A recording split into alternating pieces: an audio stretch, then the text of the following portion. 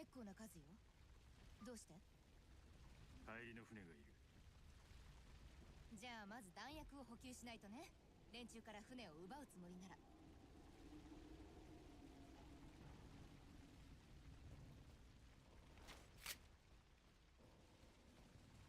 This is Audible.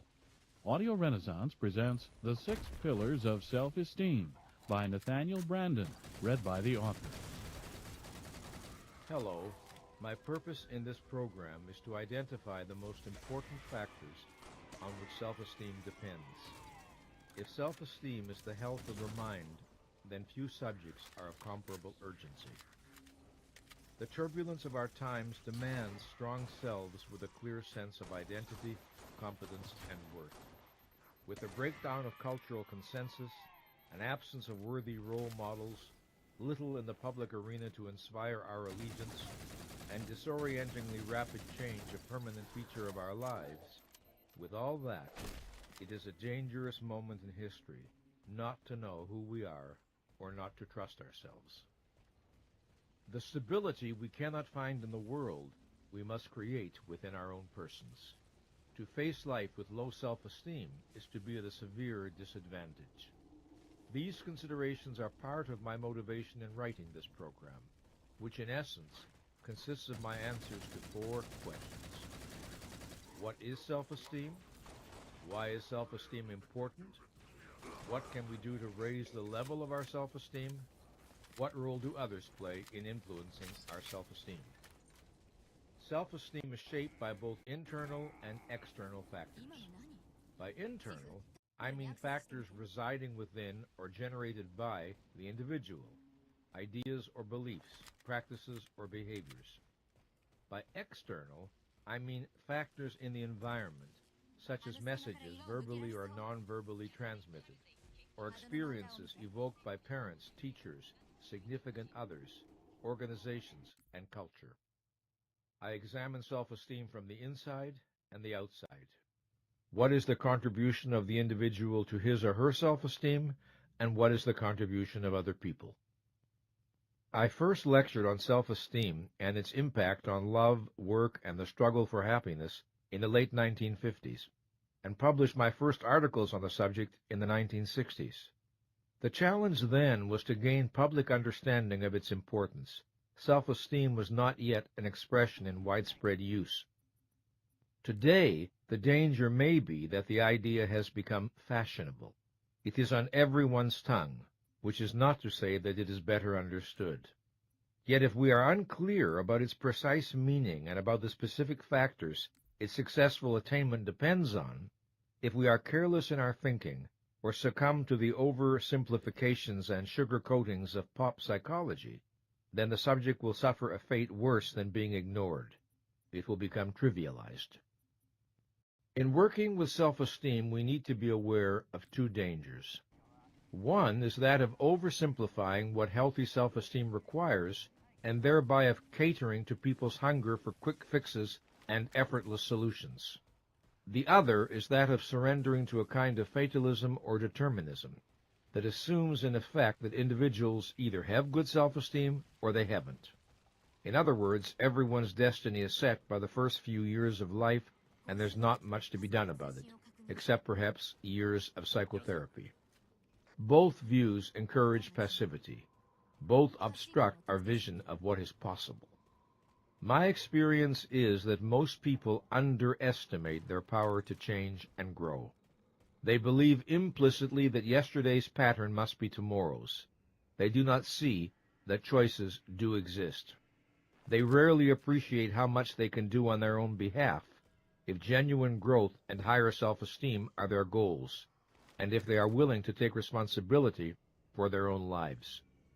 The belief that they are powerless becomes a self-fulfilling prophecy. This program ultimately is a call to action. It is addressed to all men and women who wish to participate actively in the process of their evolution, as well as to psychologists, parents, teachers, and those responsible for the culture of organizations. This program is about what is possible. There are realities we cannot avoid. One of them is the importance of self-esteem. Regardless of what we do or do not admit, we cannot be indifferent to our self-evaluation. However, we can run from this knowledge if it makes us uncomfortable. We can shrug it off, evade it, declare that we are only interested in practical matters, and escape into baseball or the evening news or the financial pages or a shopping spree or a sexual adventure or a drink. Yet, self-esteem is a fundamental human need. Its impact requires neither our understanding nor our consent. It works its way within us, with or without our knowledge. We are free to seek to grasp the dynamics of self-esteem or to remain unconscious of them. But in the latter case, we remain a mystery to ourselves and endure the consequences. Let us look at the role of self-esteem in our lives. By self-esteem, I mean much more than that innate sense of self-worth that presumably is our human birthright. That spark that psychotherapists and teachers seek to fan in those they work with. That spark is only the anteroom to self-esteem. Self-esteem, fully realized, is the experience that we are appropriate to life and to the requirements of life. More specifically, self-esteem is confidence in our ability to think, confidence in our ability to cope with the basic challenges of life, and confidence in our right to be successful and happy. The feeling of being worthy, deserving, entitled to assert our needs and wants, achieve our values, and enjoy the fruits of our efforts. To trust one's mind and to know that one is worthy of happiness is the essence of self-esteem. The power of this conviction about oneself lies in the fact that it is more than a judgment or a feeling. It is a motivator. It inspires behavior. In turn, it is directly affected by how we act. Causation flows in both directions. There is a continuous feedback loop between our actions in the world and our self-esteem. If I trust my mind and judgment, I am more likely to operate as a thinking being. Bringing appropriate awareness to my activities, my life works better. This reinforces trust in my mind. If I distrust my mind, I am more likely to be mentally passive. When my actions lead to disappointing or painful results, I feel justified in distrusting my mind. With high self-esteem, I am more likely to persist in the face of difficulties. With low self-esteem, I am more likely to give up or go through the motions of trying without really giving my best. If I persevere, the likelihood is that I will succeed more often than I fail. If I don't, the likelihood is that I will fail more often than I succeed. Either way, my view of myself will be reinforced. If I respect myself and require that others deal with me respectfully, I send out signals and behave in ways that increase the likelihood that others will respond appropriately. When they do, I am reinforced and confirmed in my initial belief. If I lack self-respect and accept discourtesy, abuse, or exploitation from others as natural, I unconsciously transmit this, and some people will treat me at my self-estimate. When this happens, and I submit to it, my self-respect deteriorates still more. The value of self-esteem lies not merely in the fact that it allows us to feel better, but that it allows us to live better, to respond to challenges and opportunities more resourcefully and more appropriately. The level of our self-esteem has profound consequences for every aspect of our existence. How we operate in the workplace, how we deal with people, how high we are likely to rise, how much we are likely to achieve. In the personal realm, it helps determine with whom we are likely to fall in love, how we interact with our spouse, children, and friends, and what level of personal happiness we attain. There are positive correlations between healthy self-esteem and a variety of other traits that bear directly on our capacity for achievement and for happiness. Healthy self-esteem correlates with rationality, realism, intuitiveness, creativity, independence, flexibility, ability to manage change, willingness to admit and correct mistakes, benevolence, and cooperativeness.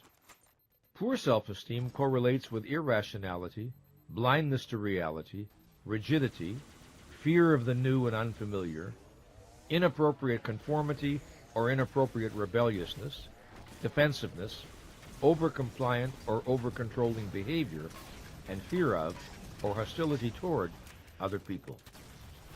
High self-esteem seeks the challenge and stimulation of worthwhile and demanding goals. Low self-esteem seeks the safety of the familiar and undemanding. The more solid our self-esteem, the better equipped we are to cope with troubles that arise in our personal lives or in our careers. And the quicker we are to pick ourselves up after a fall, the more energy we have to begin anew. The higher our self-esteem, the more ambitious we tend to be, not necessarily in a career or financial sense, but in terms of what we hope to experience in life, emotionally, intellectually, creatively, spiritually. The lower our self-esteem, the less we aspire to, and the less we are likely to achieve. Either path tends to be self-reinforcing and self-perpetuating. The higher our self-esteem, the stronger the drive to express ourselves, reflecting the sense of richness within. The lower our self-esteem, the more urgent the need to quote-unquote prove ourselves, or to forget ourselves by living mechanically and unconsciously. The higher our self-esteem, the more open, honest, and appropriate our communications are likely to be, because we believe our thoughts have value and therefore we welcome rather than fear clarity. The lower our self-esteem, the more muddy, evasive, and inappropriate our communications are likely to be because of uncertainty about our own thoughts and feelings and our anxiety about the listener's response. The healthier our self-esteem, the more inclined we are to treat others with respect, benevolence, goodwill, and fairness, since we do not tend to perceive them as a threat, and since self-respect is the foundation of respect for others. We tend to feel most comfortable, most at home, with persons whose self-esteem level resembles our own. Opposites may attract about some issues, but not this one. High self-esteem individuals tend to be drawn to high self-esteem individuals. We do not see a passionate love affair, for example, between persons at opposite ends of the self-esteem continuum, just as we are not likely to see a passionate romance between intelligence and stupidity. Note that I am speaking of passionate love, not a brief infatuation or sexual episode which can operate by a different set of dynamics. Medium self-esteem individuals are typically attracted to medium self-esteem individuals. Low self-esteem seeks low self-esteem in others. Not consciously, of course, but by the logic of that which leads us to feel we have encountered a soulmate. The most disastrous relationships are those between persons who think poorly of themselves. The union of two abysses does not produce a height. It is not difficult to see the importance of self-esteem to success in the arena of intimate relationships. There is no greater barrier to romantic happiness than the fear that I am undeserving of love and that my destiny is to be hurt. Such fears give birth to self-fulfilling prophecies. If I enjoy a fundamental sense of efficacy and worth and experience myself as lovable, then I have a foundation for appreciating and loving others. I have something to give. I am not trapped in feelings of deficiency. But if I lack respect and enjoyment of who I am, I have very little to give except my unfilled needs. In my emotional impoverishment, I tend to see other people essentially as sources of approval or disapproval. I do not appreciate them for who they are in their own right. I see only what they can or cannot do for me. I am not looking for people whom I can admire and with whom I can share the excitement and adventure of life. I'm looking for people who will not condemn me, and perhaps will be impressed by my persona, the face I present to the world. My ability to love remains undeveloped. We have all heard the observation that, if you do not love yourself, you will be unable to love others. Less well understood is the other half of the story. If I do not feel lovable, it is very difficult to believe that anyone else loves me. If I do not accept myself, how can I accept your love for me? Your warmth and devotion are confusing. They confound my self-concept, since I know I am not lovable. Thus, even if I consciously disown my feelings of being unlovable, even if I insist or try to insist that I am wonderful, my poor self-concept remains deep within to undermine my attempts at relationships. Unwittingly, I become a saboteur of love. I attempt love, but the foundation of inner security is not there. Instead, there is the secret fear that I am destined only for pain. So I pick someone who inevitably will reject or abandon me. Or, if I pick someone with whom happiness might be possible, I subvert the relationship by demanding excessive reassurances, or by venting irrational possessiveness, or by making catastrophes of small frictions, or by seeking control through subservience or domination, by finding ways to reject my partner before my partner can reject me. Everyone knows the famous Groucho Marx joke that he would never join a club that would have him for a member. That is exactly the idea by which some low self-esteem people operate their love life. If you love me, you obviously are not good enough for me. Only someone who will reject me is an acceptable object of my devotion. Note that it is not always necessary to destroy the relationship entirely. It may be acceptable that the relationship continue, providing I am not happy. I may engage in a project called struggling to be happy, or working on our relationship. I may read books on the subject, participate in seminars, attend lectures, or enter psychotherapy with the announced aim of being happy in the future. But not now, not today. The possibility of happiness in the present is too terrifyingly immediate. Happiness anxiety, as I call it, is very common. Happiness can activate internal voices saying, I don't deserve this, or it will never last, or I'm riding for a fall, or I'm killing my mother or father by being happier than they ever were, or happiness is only an illusion, or nobody else is happy, so why should I be? What is required for many of us is the courage to tolerate happiness without self-sabotage, until such time as we lose the fear of it and realize that it will not destroy us and it need not disappear. One day at a time, I will tell clients, see if you can get through today without doing anything to undermine or subvert your good feelings. And if you fall off the wagon, don't despair. Pull yourself back up and recommit yourself to happiness. Such perseverance is self-esteem building. Self-esteem creates a set of implicit expectations about what is possible and appropriate to us. These expectations tend to generate the actions that turn them into realities, and the realities confirm and strengthen the original beliefs. Self-esteem, high or low, tends to be a generator of self-fulfilling prophecies. Self-concept is destiny, or more precisely, it tends to be. Our self-concept is who and what we consciously and subconsciously think we are. Our physical and psychological traits, our assets and liabilities, possibilities and limitations, strengths and weaknesses. A self-concept includes our level of self-esteem, but is more global. We cannot understand a person's behavior without understanding the self-concept behind it. People sabotage themselves at the height of their success all the time. They do so when success clashes with their implicit beliefs about what is appropriate to them. It is frightening to be flung beyond the limits of one's idea of who one is.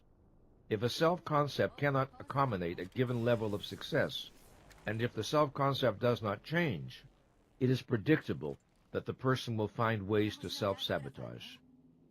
Poor self-esteem places us in an adversarial relationship to our well-being. The question is sometimes asked, is it possible to have too much self-esteem? No, it is not, no more than it is possible to have too much physical health or too powerful an immune system. Sometimes self-esteem is confused with boasting or bragging or arrogance, but such traits reflect not too much self-esteem, but too little. They reflect a lack of self-esteem. Persons of high self-esteem are not driven to make themselves superior to others. They do not seek to prove their value by measuring themselves against a comparative standard. Their joy is in being who they are, not in being better than someone else. I recall reflecting on this issue one day while watching my dog playing in the backyard. She was running about, sniffing flowers, chasing squirrels, leaping into the air, showing a great joy in being.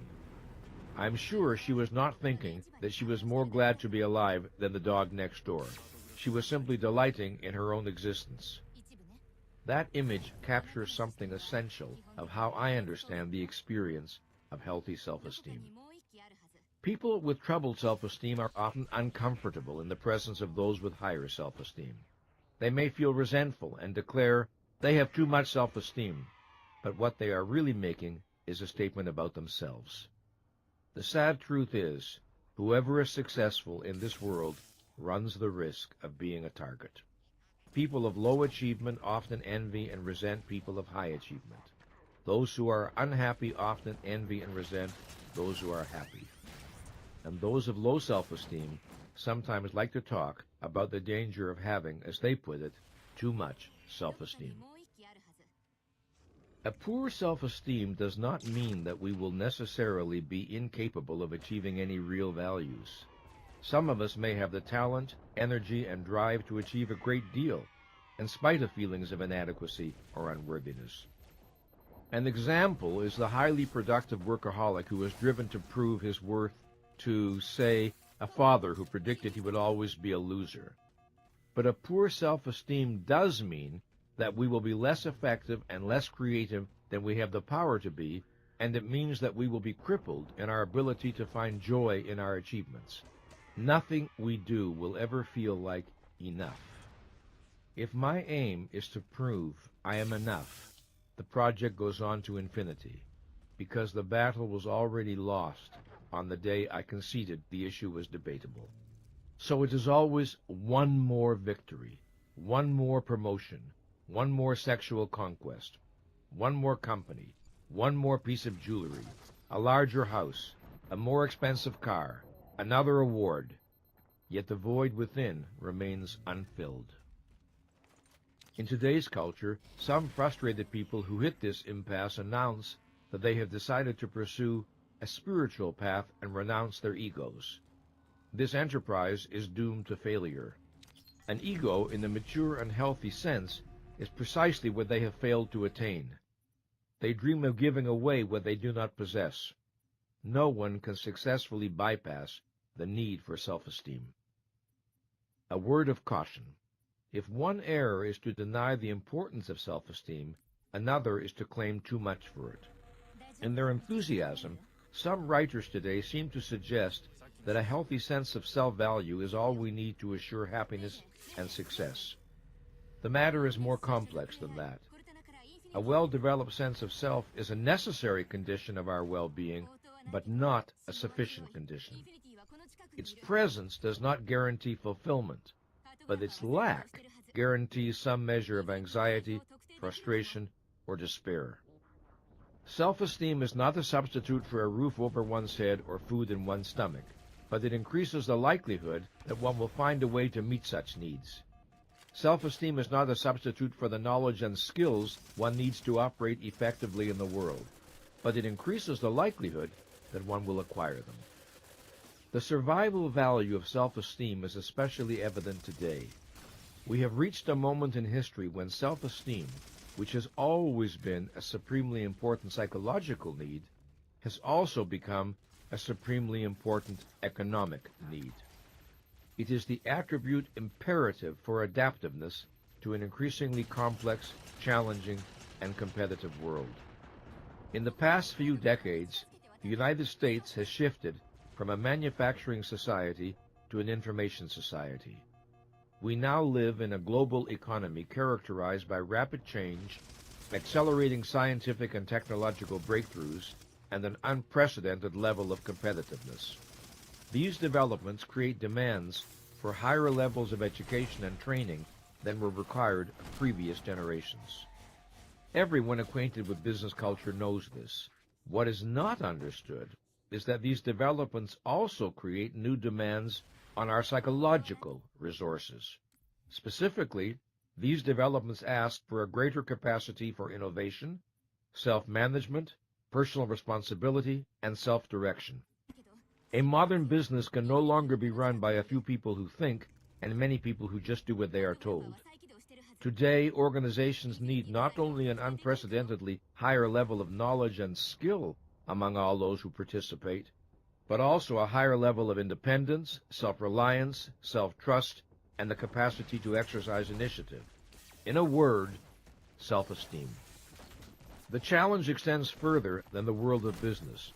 We are freer than any generation before us to choose our own religion, philosophy, or moral code, to adopt our own lifestyle, to select our own criteria for the good life. We no longer have unquestioning faith in tradition. We no longer believe that government will lead us to salvation, nor church, nor labor unions, nor big organizations of any kind. We have more choices and options than ever before in every area. Frontiers of limitless possibilities now face us in whatever direction we look. To be adaptive in such an environment, we have a greater need for personal autonomy. This is because there is no widely accepted code of values and rituals to spare us the challenge of individual decision-making.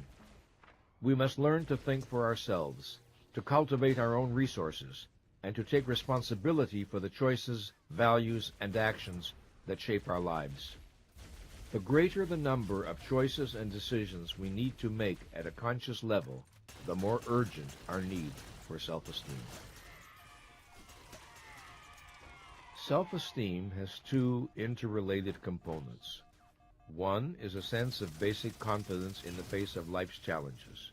This is self-efficacy. The other is a sense of being worthy of happiness. This is self-respect. Self-efficacy means confidence in the functioning of my mind, in my ability to think, understand, learn, choose, and make decisions. It means confidence in my ability to understand the facts of reality that fall within the sphere of my interests and needs. It means self-trust and self-reliance. Self-respect means assurance of my value. It means an affirmative attitude toward my right to live and to be happy. It means comfort in appropriately asserting my thoughts, wants, and needs. It means the feeling that joy and fulfillment are my natural birthright. We will need to consider these two ideas in more detail, but for the moment consider the following. If an individual felt inadequate to face the challenges of life, if an individual lacked fundamental self-trust, confidence in his or her mind, we would recognize a self-esteem deficiency, no matter what other assets he or she possessed. Or, if an individual lacked a basic sense of self-respect, felt unworthy or undeserving of the love or respect of others, unentitled to happiness, fearful of asserting thoughts, wants, or needs, again, we would recognize a self-esteem deficiency, no matter what other positive attributes he or she exhibited. Self-efficacy and self-respect are the dual foundations of healthy self-esteem. Absent either one, self-esteem is impaired. They are the defining characteristics of self-esteem. Within a given person, there will be inevitable fluctuations in self-esteem levels, much as there are fluctuations in all psychological states. We need to think in terms of a person's average level of self-esteem. While we sometimes speak of self-esteem as a conviction about oneself, it is more accurate to speak of it as a disposition to experience oneself a particular way. What way? Let me sum it up in a formal, precise definition. Self-esteem is the disposition to experience oneself as competent to cope with the basic challenges of life and as worthy of happiness. Now, the value of a precise definition is that it allows us to distinguish a particular aspect of reality from all others so that we can think about it and work with it with clarity and focus. If we wish to know what self-esteem depends on, how to nurture it in our children, support it in schools, encourage it in organizations, strengthen it in psychotherapy, or develop it in ourselves, we need to know what precisely we are aiming at. We are unlikely to hit a target we cannot see. If our idea of self-esteem is vague, the means we adopt to build it will reflect this vagueness. Am I suggesting that the definition of self-esteem I offer is written in stone and can never be improved on? Not at all. Definitions are contextual. They relate to a given level of knowledge. As knowledge grows, definitions tend to become more precise. I may find a better, clearer, more exact way to capture the essence of the concept during my lifetime, or perhaps someone else may. But within the context of the knowledge we now possess, I can think of no alternative formulation that identifies with more precision the unique aspect of human experience we are exploring. To have high self-esteem, then, is to feel confidently appropriate to life. To have low self-esteem is to feel inappropriate to life, to feel wrong, not about this issue or that, but wrong as a person. To have average self-esteem is to fluctuate between feeling appropriate and inappropriate, right and wrong as a person. It is also to manifest these inconsistencies in behavior, sometimes acting wisely, sometimes acting foolishly, thereby reinforcing the uncertainty about who one is at one's core. I have given the name self-efficacy to that experience of basic power or competence that we associate with healthy self-esteem, and self-respect to the experience of dignity and personal worth. While their meaning is clear in a general way, I want to examine them more closely. First, self-efficacy. To be efficacious in the basic dictionary sense is to be capable of producing a desired result. Confidence in our basic efficacy is confidence in our ability to learn what we need to learn and do what we need to do in order to achieve our goals, insofar as success depends on our own efforts. Rationally, we do not judge our competence in the sense meant here by factors outside our control.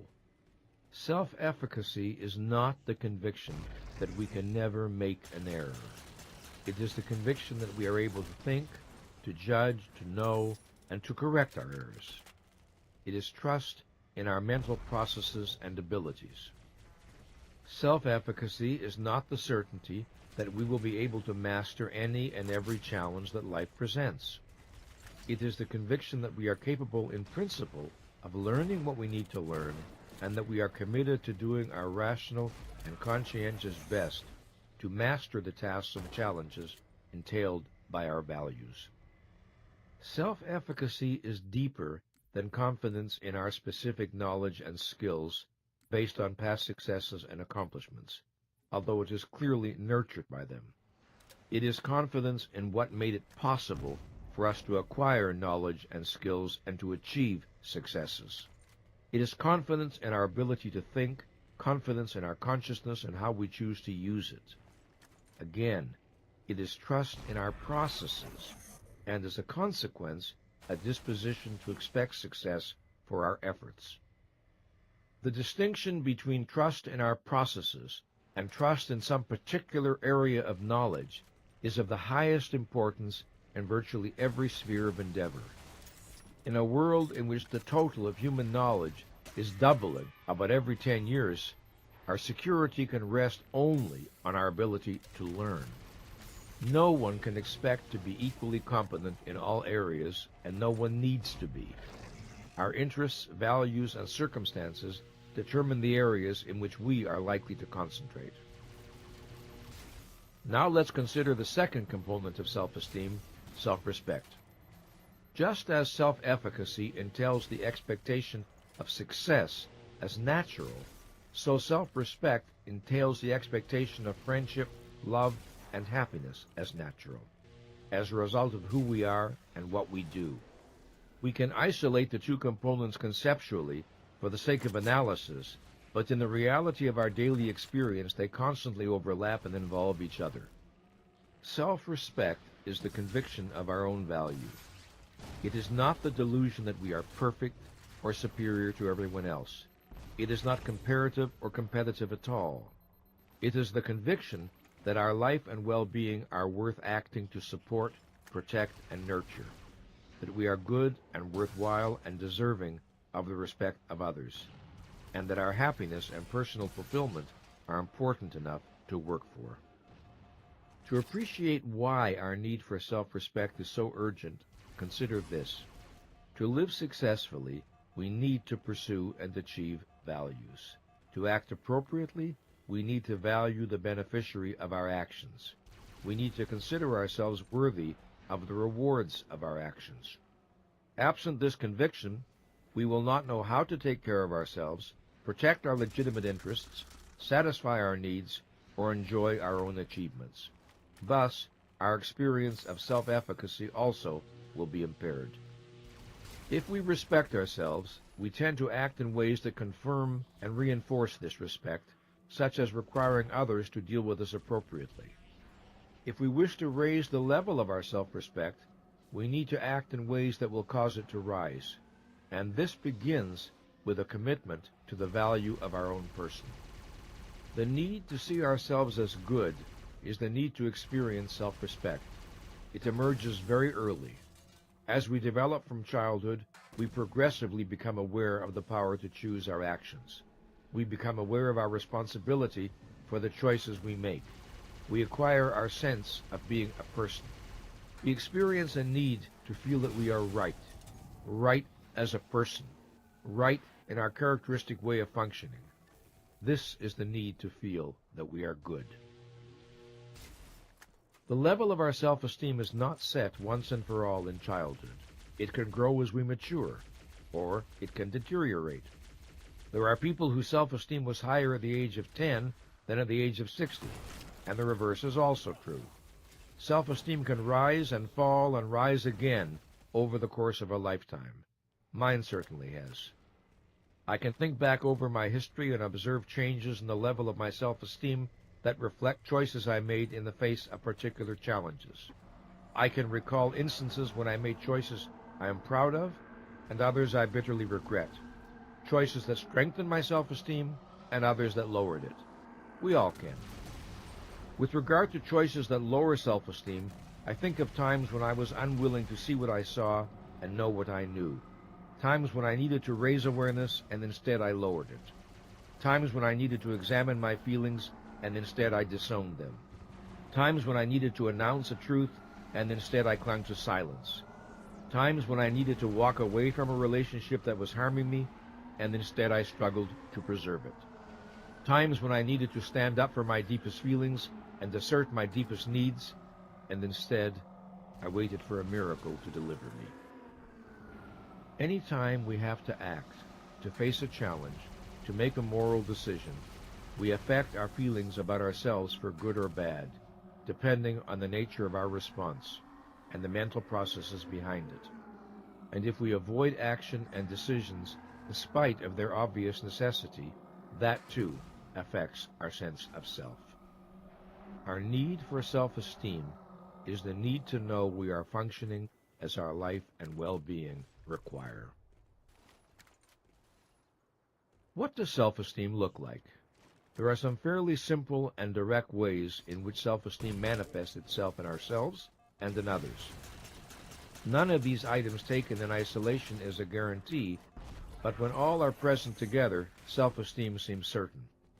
Self-esteem expresses itself in a face, manner, and way of talking and moving that projects the pleasure one takes in being alive. It expresses itself in an ease of talking of accomplishments or shortcomings, with directness and honesty, since one is in a friendly relationship to facts. It expresses itself in the comfort one experiences in giving and receiving compliments, expressions of affection, appreciation, and the like. It expresses itself in an openness to criticism and a comfort about acknowledging mistakes, because one's self-esteem is not tied to the image of being perfect. It expresses itself when one's words and movements tend to have a quality of ease and spontaneity, reflecting the fact that one is not at war with oneself. It expresses itself in the harmony between what one says and does and how one looks, sounds, and moves. It expresses itself in an attitude of openness to and curiosity about new ideas, new experiences, new possibilities of life. It expresses itself in the fact that feelings of anxiety or insecurity, if they appear, will be less likely to intimidate or overwhelm, since accepting them managing them and rising above them rarely feels impossibly difficult. It expresses itself in the ability to enjoy the humorous aspects of life in oneself and others. It expresses itself in one's flexibility in responding to situations and challenges, since one trusts one's mind and does not see life as doom or defeat.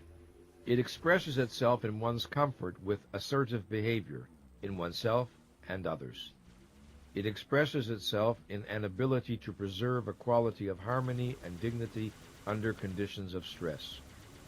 Physical manifestations of self-esteem include eyes that are alert, bright, and lively, shoulders that are relaxed yet erect, hands that tend to be relaxed and graceful, arms that tend to hang in an easy, natural way, a posture that tends to be unstrained, erect, well-balanced, a walk that tends to be purposeful, and a voice that tends to be modulated with an intensity appropriate to the situation and with clear pronunciation. Notice that the theme of relaxation occurs again and again. Relaxation implies that we are not hiding from ourselves, not denying our feelings, and are not at war with who we are. Chronic tension conveys some form of internal split, some form of self-avoidance or self-repudiation, some aspect of the self being disowned or held on a very tight leash. When self-esteem is low, we are often manipulated by fear. Fear of reality to which we feel inadequate. Fear of facts about ourselves or others that we have denied, disowned, or repressed. Fear of the collapse of our pretenses. Fear of exposure. Fear of the humiliation of failure and sometimes the responsibilities of success. We live more to avoid pain than to experience joy.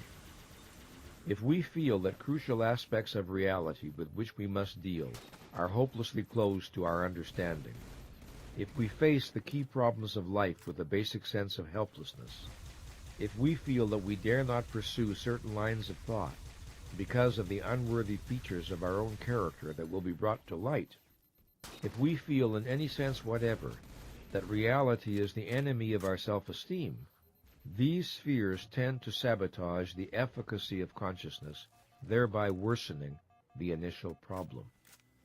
If we face the basic problems of life with an attitude of, "Who am I to know? Who am I to decide?" Or, "It is dangerous to be conscious," or, "It's futile to try to think or understand," we are undercut at the outset. A mind does not struggle for that which it regards as impossible or undesirable. If low self-esteem dreads the unknown and unfamiliar, high self-esteem seeks new frontiers. If low self-esteem avoids challenges, high self-esteem desires and needs them. If low self-esteem looks for a chance to be absolved, high self-esteem looks for an opportunity to admire. In these opposite principles of motivation, we have a guide to the health of the mind or spirit. We can say that an individual is healthy to the extent that the basic principle of motivation is that of motivation by confidence. The degree of motivation by fear is the measure of underdeveloped self-esteem.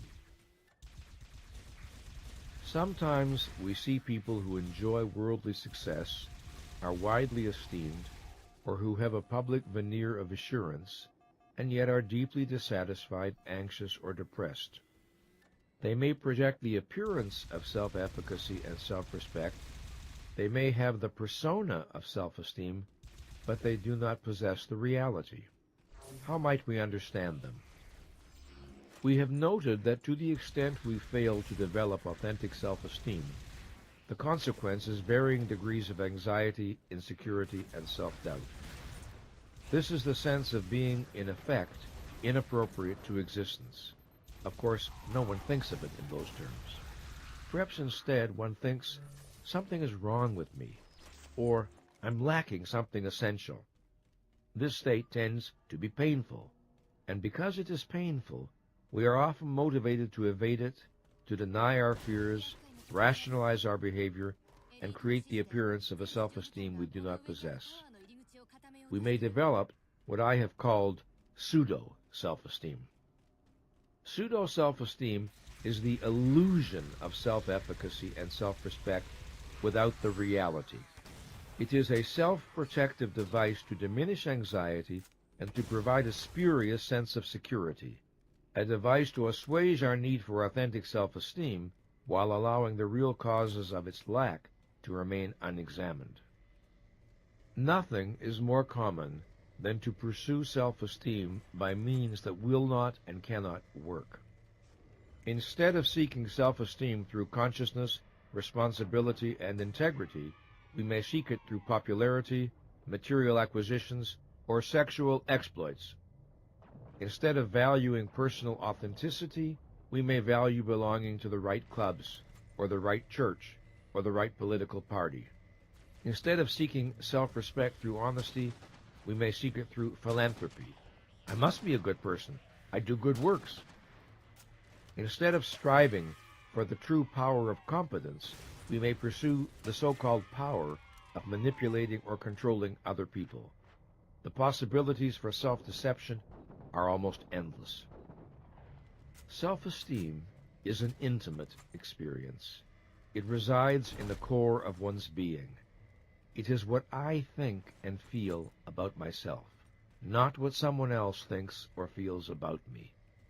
This simple fact can hardly be overemphasized. I can be loved by my family, my mate, and my friends, and yet not love myself. I can be admired by my associates, and yet regard myself as worthless. I can project an image of assurance and poise that fools almost everyone, and yet secretly tremble with a sense of my inadequacy. I can fulfill the expectations of others, and yet fail my own. I can win every honor, and yet feel I have accomplished nothing. I can be adored by millions, and yet wake up each morning with a sickening sense of fraudulence and emptiness.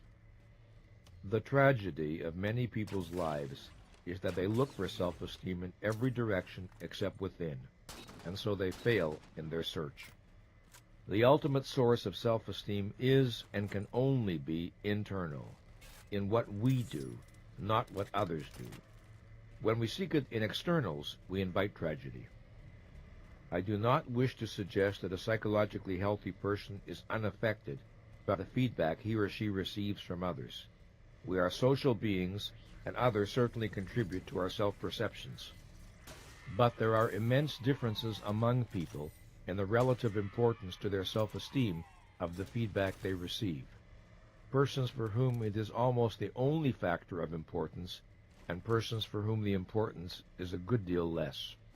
This is merely another way of saying there are immense differences among people in the degree of their autonomy. Having worked for many years with persons who are unhappily preoccupied with the opinions of others, I am persuaded that the most effective means of liberation is by raising the level of consciousness one brings to one's own experience.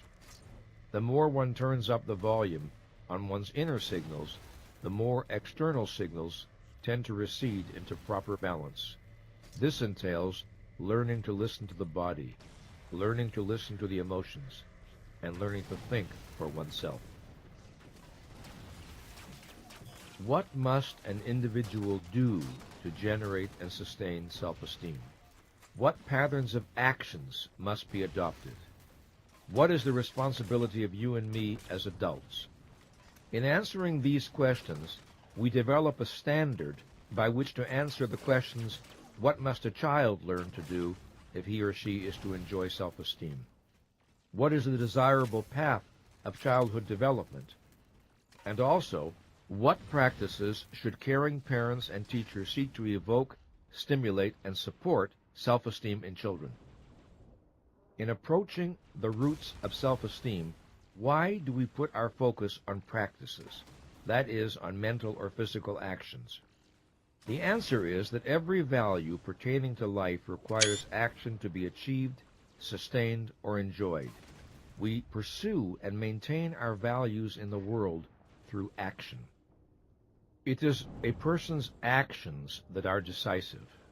What determines the level of self-esteem is what the individual does, within the context of his or her knowledge and values. And since action in the world is a reflection of action within the mind of the individual, it is ultimately the internal processes that are crucial. We shall see that the 6 pillars of self-esteem, the practices indispensable to the health of the mind and the effective functioning of the person, are all operations of consciousness. All involve choices. They are choices that confront us every hour of our existence. Note that practice, the term practice, implies a discipline of acting in a certain way over and over again consistently. It is not action by fits and starts, or even an appropriate response to a crisis. Rather, it is a way of operating day by day in big issues and small, a way of behaving that is also a way of being. Since self-esteem is a consequence, a product of internally generated practices, we cannot work on self-esteem directly, neither our own nor anyone else's. We must address ourselves to the source.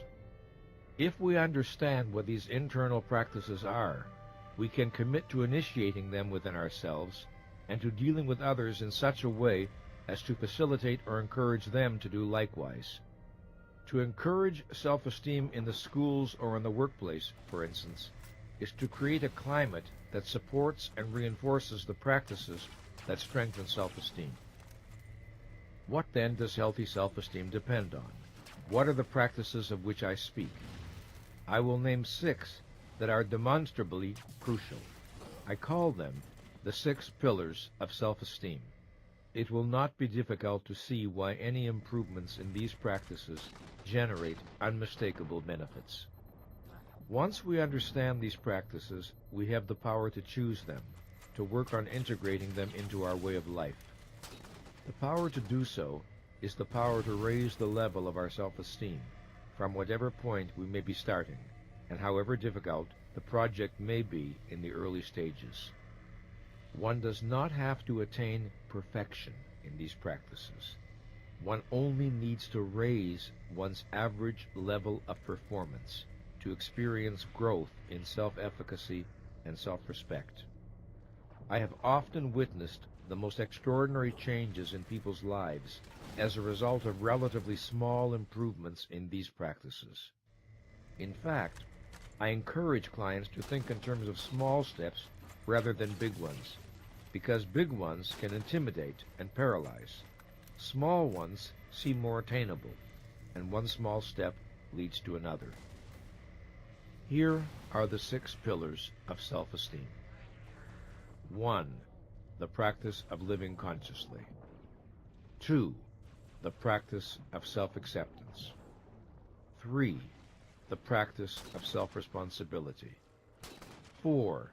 The practice of self-assertiveness. 5. The practice of living purposefully. 6. The practice of personal integrity.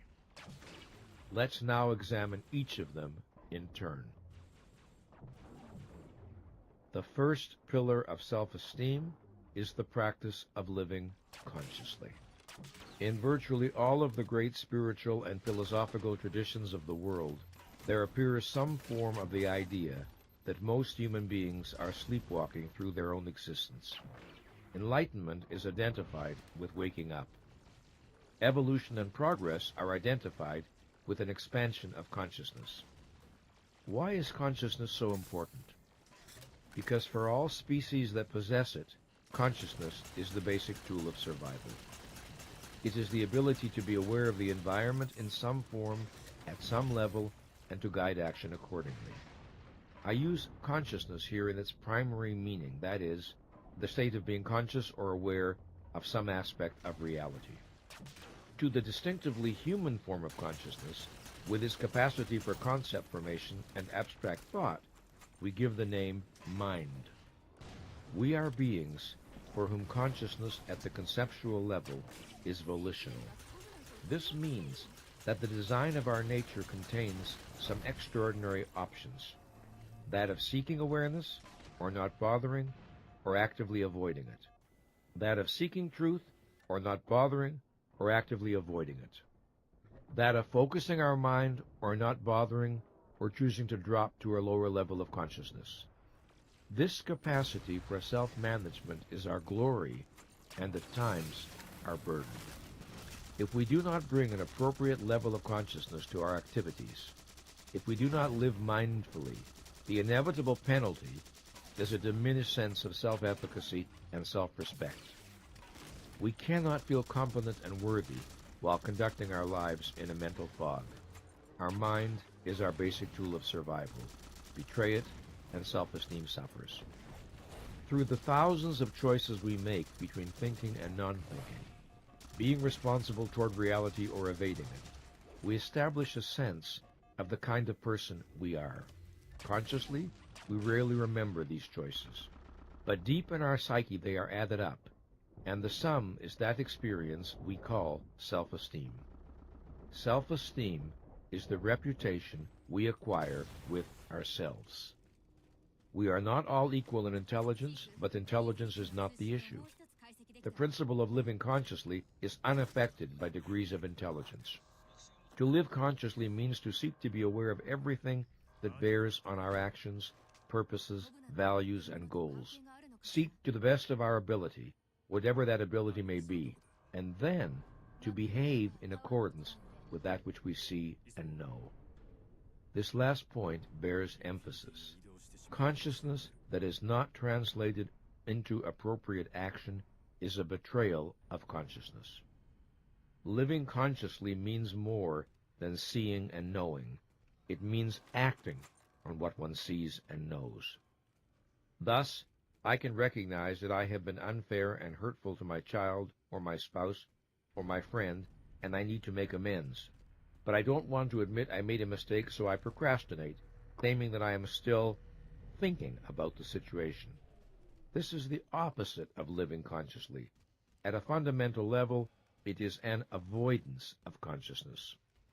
Living consciously is living responsibly toward reality. We do not necessarily have to like what we see, but we recognize that wishes or fears or denials do not alter facts.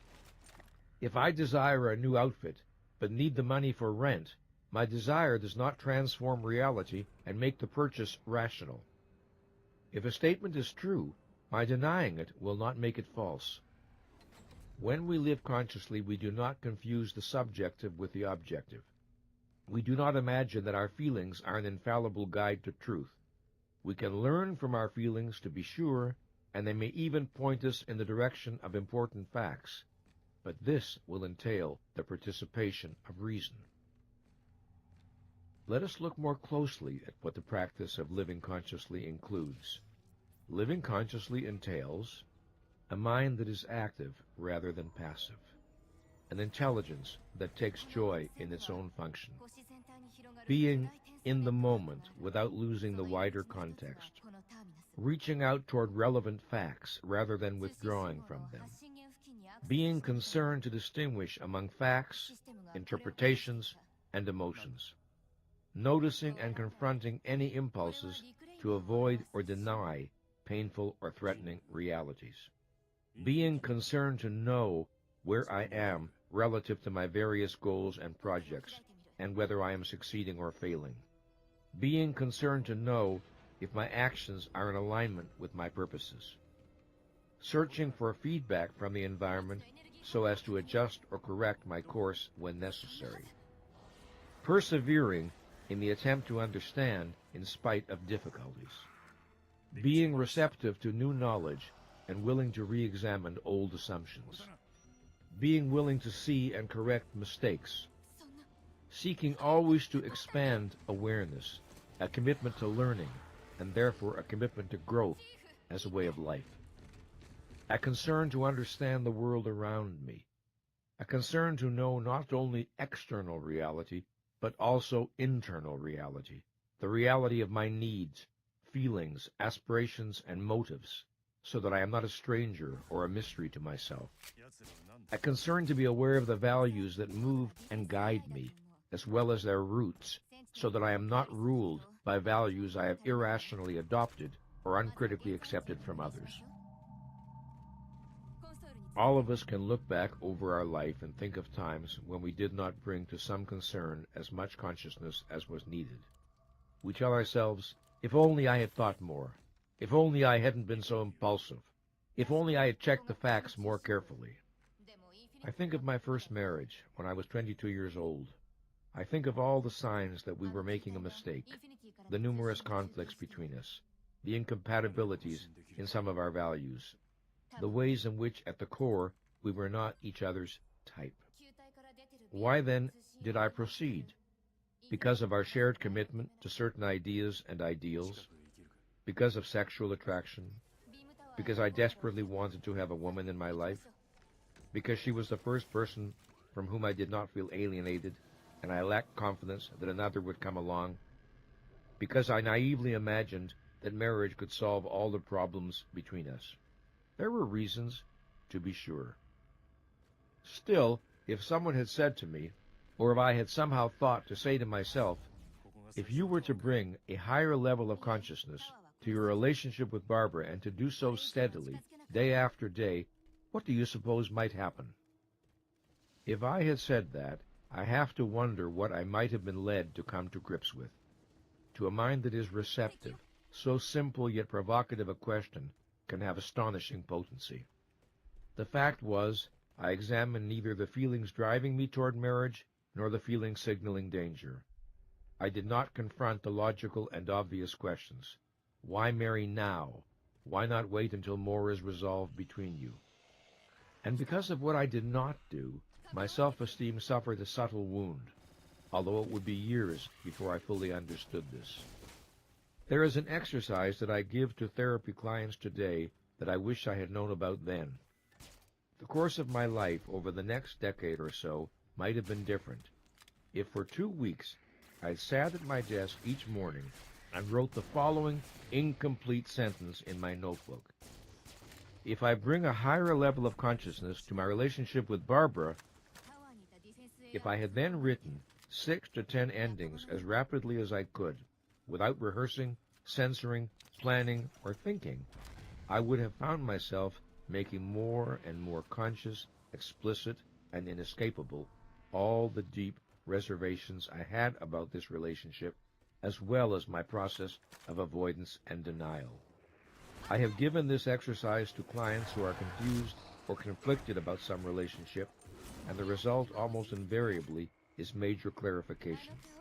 Sometimes the relationship radically improves. Sometimes it ends.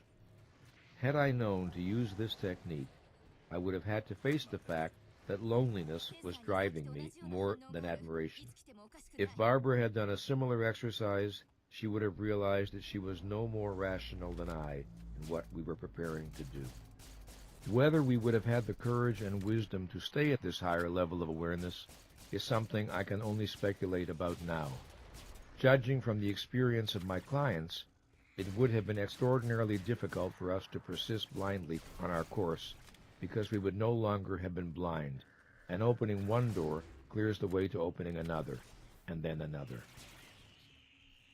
In the course of this program, I will give you suggestions for sentence completion exercises. Sentence completion work is a deceptively simple, yet uniquely powerful tool for raising self-understanding, self-esteem, and personal effectiveness. It rests on the premise that all of us have more knowledge than we normally are aware of. Sentence completion is a tool for accessing and activating these hidden resources. The essence of this procedure is to write an incomplete sentence, called a stem sentence, and to keep adding different endings to it. The sole requirement is that each ending be a grammatical completion of the sentence. We want a minimum of 6 endings, and 10 is plenty. There are 2 ways to approach this. You may want to have a pen and paper handy and do these exercises in the course of the program as you hear them, or you may want to first listen to the tape in its entirety to get the overall flow, then return to the exercises at your leisure. Do whatever works best for you. Here's what's important. Work as rapidly as possible. No pauses to quote-unquote think, no worrying, If any particular ending is true, reasonable, or significant, any ending is fine. Just keep going. When doing sentence completion this way, we work with a notebook, typewriter, or computer. An alternative is to do the sentence completions into a tape recorder, in which case you keep repeating the stem sentence into a recorder, each time completing it with a different ending. You play the work back later to reflect on it. How might we use the technique to facilitate the process of learning to live more consciously? First thing in the morning, before proceeding to the day's business, sit down and write the following sentence stem. Living consciously to me means. Then, as rapidly as possible, without pausing for reflection, write at least half a dozen endings for that. Do not worry if your endings are literally true, make sense, or are profound. Write anything, but write something. A minimum of 6, 10 is plenty. As an example of how it might go, perhaps you'll write, living consciously to me means really listening to my children, being in the present, remembering the things I've got to do today, noticing the emotional mood of my spouse and children, thinking about the consequences of my actions, thinking about my choices and decisions before I translate them into action, noticing how I'm affected by things people say or do, noticing how other people are affected by things I say or do, and so on. When you're done, go on to the next stem, which is, if I bring 5% more awareness to my activities today, and when you've done that, go on to this stem. If I pay more attention to how I deal with people today, and finally, if I bring 5% more awareness to my most important relationships today, when you're finished, proceed with your day's business.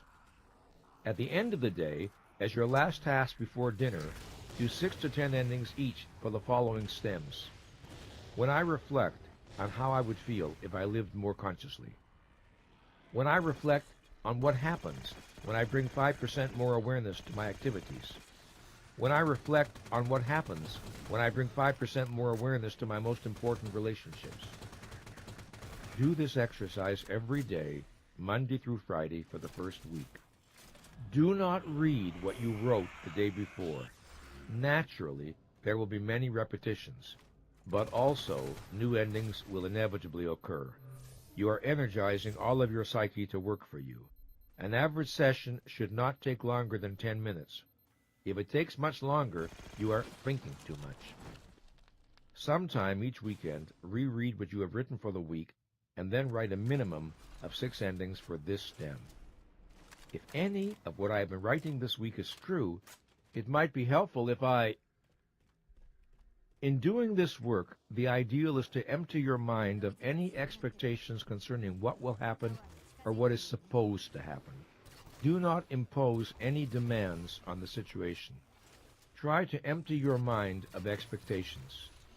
Do the exercise, go about your day's activities, and merely notice any differences in how you feel or how you operate. You will discover that you have set in motion forces that make it virtually impossible for you to avoid operating more consciously. In addition to my psychotherapy practice, I conduct weekly ongoing self-esteem groups where many of my self-esteem building strategies are continually tested. Sentence completion exercises have proven to be powerful in quietly and gently generating change. No one has ever done this particular consciousness exercise for a month or two without showing signs of operating at a higher level of awareness in the conduct of daily life. The exercise is an adrenaline shot into the psyche.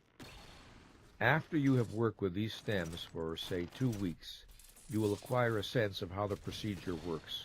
Then you can begin to use other stems to help raise your awareness with regard to particular issues of concern. Living consciously is both a practice and a mindset, an orientation toward life, and clearly it exists on a continuum. No one lives entirely unconsciously, and no one is incapable of expanding his or her consciousness. If we reflect on this issue, we will notice that we tend to be more conscious in some areas of our life than in others. I have worked with athletes and dancers who are exquisitely aware of the slightest nuances within their bodies, and yet who are quite unaware of the meaning of many of their emotions. We all know people who are brilliantly conscious in the area of work and are catastrophes of unconsciousness in their personal relationships. The ways we know what area of our life needs more awareness are usually fairly obvious. We look at the area where our life is working least satisfactorily. We notice where the pains and frustrations are. We observe where we feel least effective. If we are willing to be honest, this is not a difficult task. Once you identify the areas in your life where you are at your most conscious, and also the areas where you are your least conscious, the next step is to reflect on what seems to be difficult about staying in high-level mental focus in the troublesome areas. You might find it stimulating to consider the following questions. If you choose to be more conscious at work, what might you do differently? If you choose to be more conscious in your most important relationships, what might you do differently? If you choose to pay more attention to how you deal with people, associates, employees, customers, spouse, children, or friends, what might you do differently? If you feel fear or reluctance to expand consciousness in any of these areas, what are the imagined negatives you are avoiding? If, without self-reproach, you bring more consciousness to your fears or reluctance, what might you notice? If you wanted to feel more powerful and effective in the areas where your consciousness has been less than it needs to be, what are you willing to do? The second pillar of self-esteem is the practice of self-acceptance. Without self-acceptance, self-esteem is impossible. In fact, it is so intimately bound up with self-esteem that one sometimes sees the two ideas confused. Yet they are different in meaning, and each needs to be understood in its own right. Whereas self-esteem is something we experience, self-acceptance is something we do. To be self-accepting is to be on my own side, to be for myself.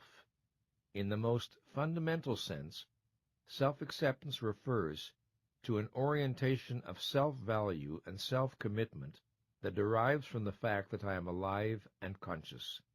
As such, it is more primitive than self-esteem. It is a pre-rational, pre-moral act of self-affirmation. It is a kind of natural egoism that is the birthright of every human being. Some people are self-rejecting at so deep a level that no growth work can ever begin until and unless this problem is addressed. If it is not, no treatment will hold, no new learning will be properly integrated, no significant advances can be made. An attitude of basic self-acceptance entails the declaration, I choose to value myself, to treat myself with respect, to stand up for my right to exist. This primary act of self-affirmation is the base on which self-esteem develops. It can lie sleeping and then suddenly awake. It can fight for our life even when we are filled with despair. When we are on the brink of suicide, it can make us pick up the telephone and call for help. From the depths of anxiety or depression, it can lead us to the office of a psychotherapist. When all we want to do is lie down and die, it can impel us to keep moving. It is the voice of the life force. It is selfishness in the noblest meaning of that word. If it goes silent, self-esteem is the first casualty. Self-acceptance entails our willingness to experience, without denial or evasion, that we think what we think, feel what we feel, desire what we desire, have done what we have done, and are what we are.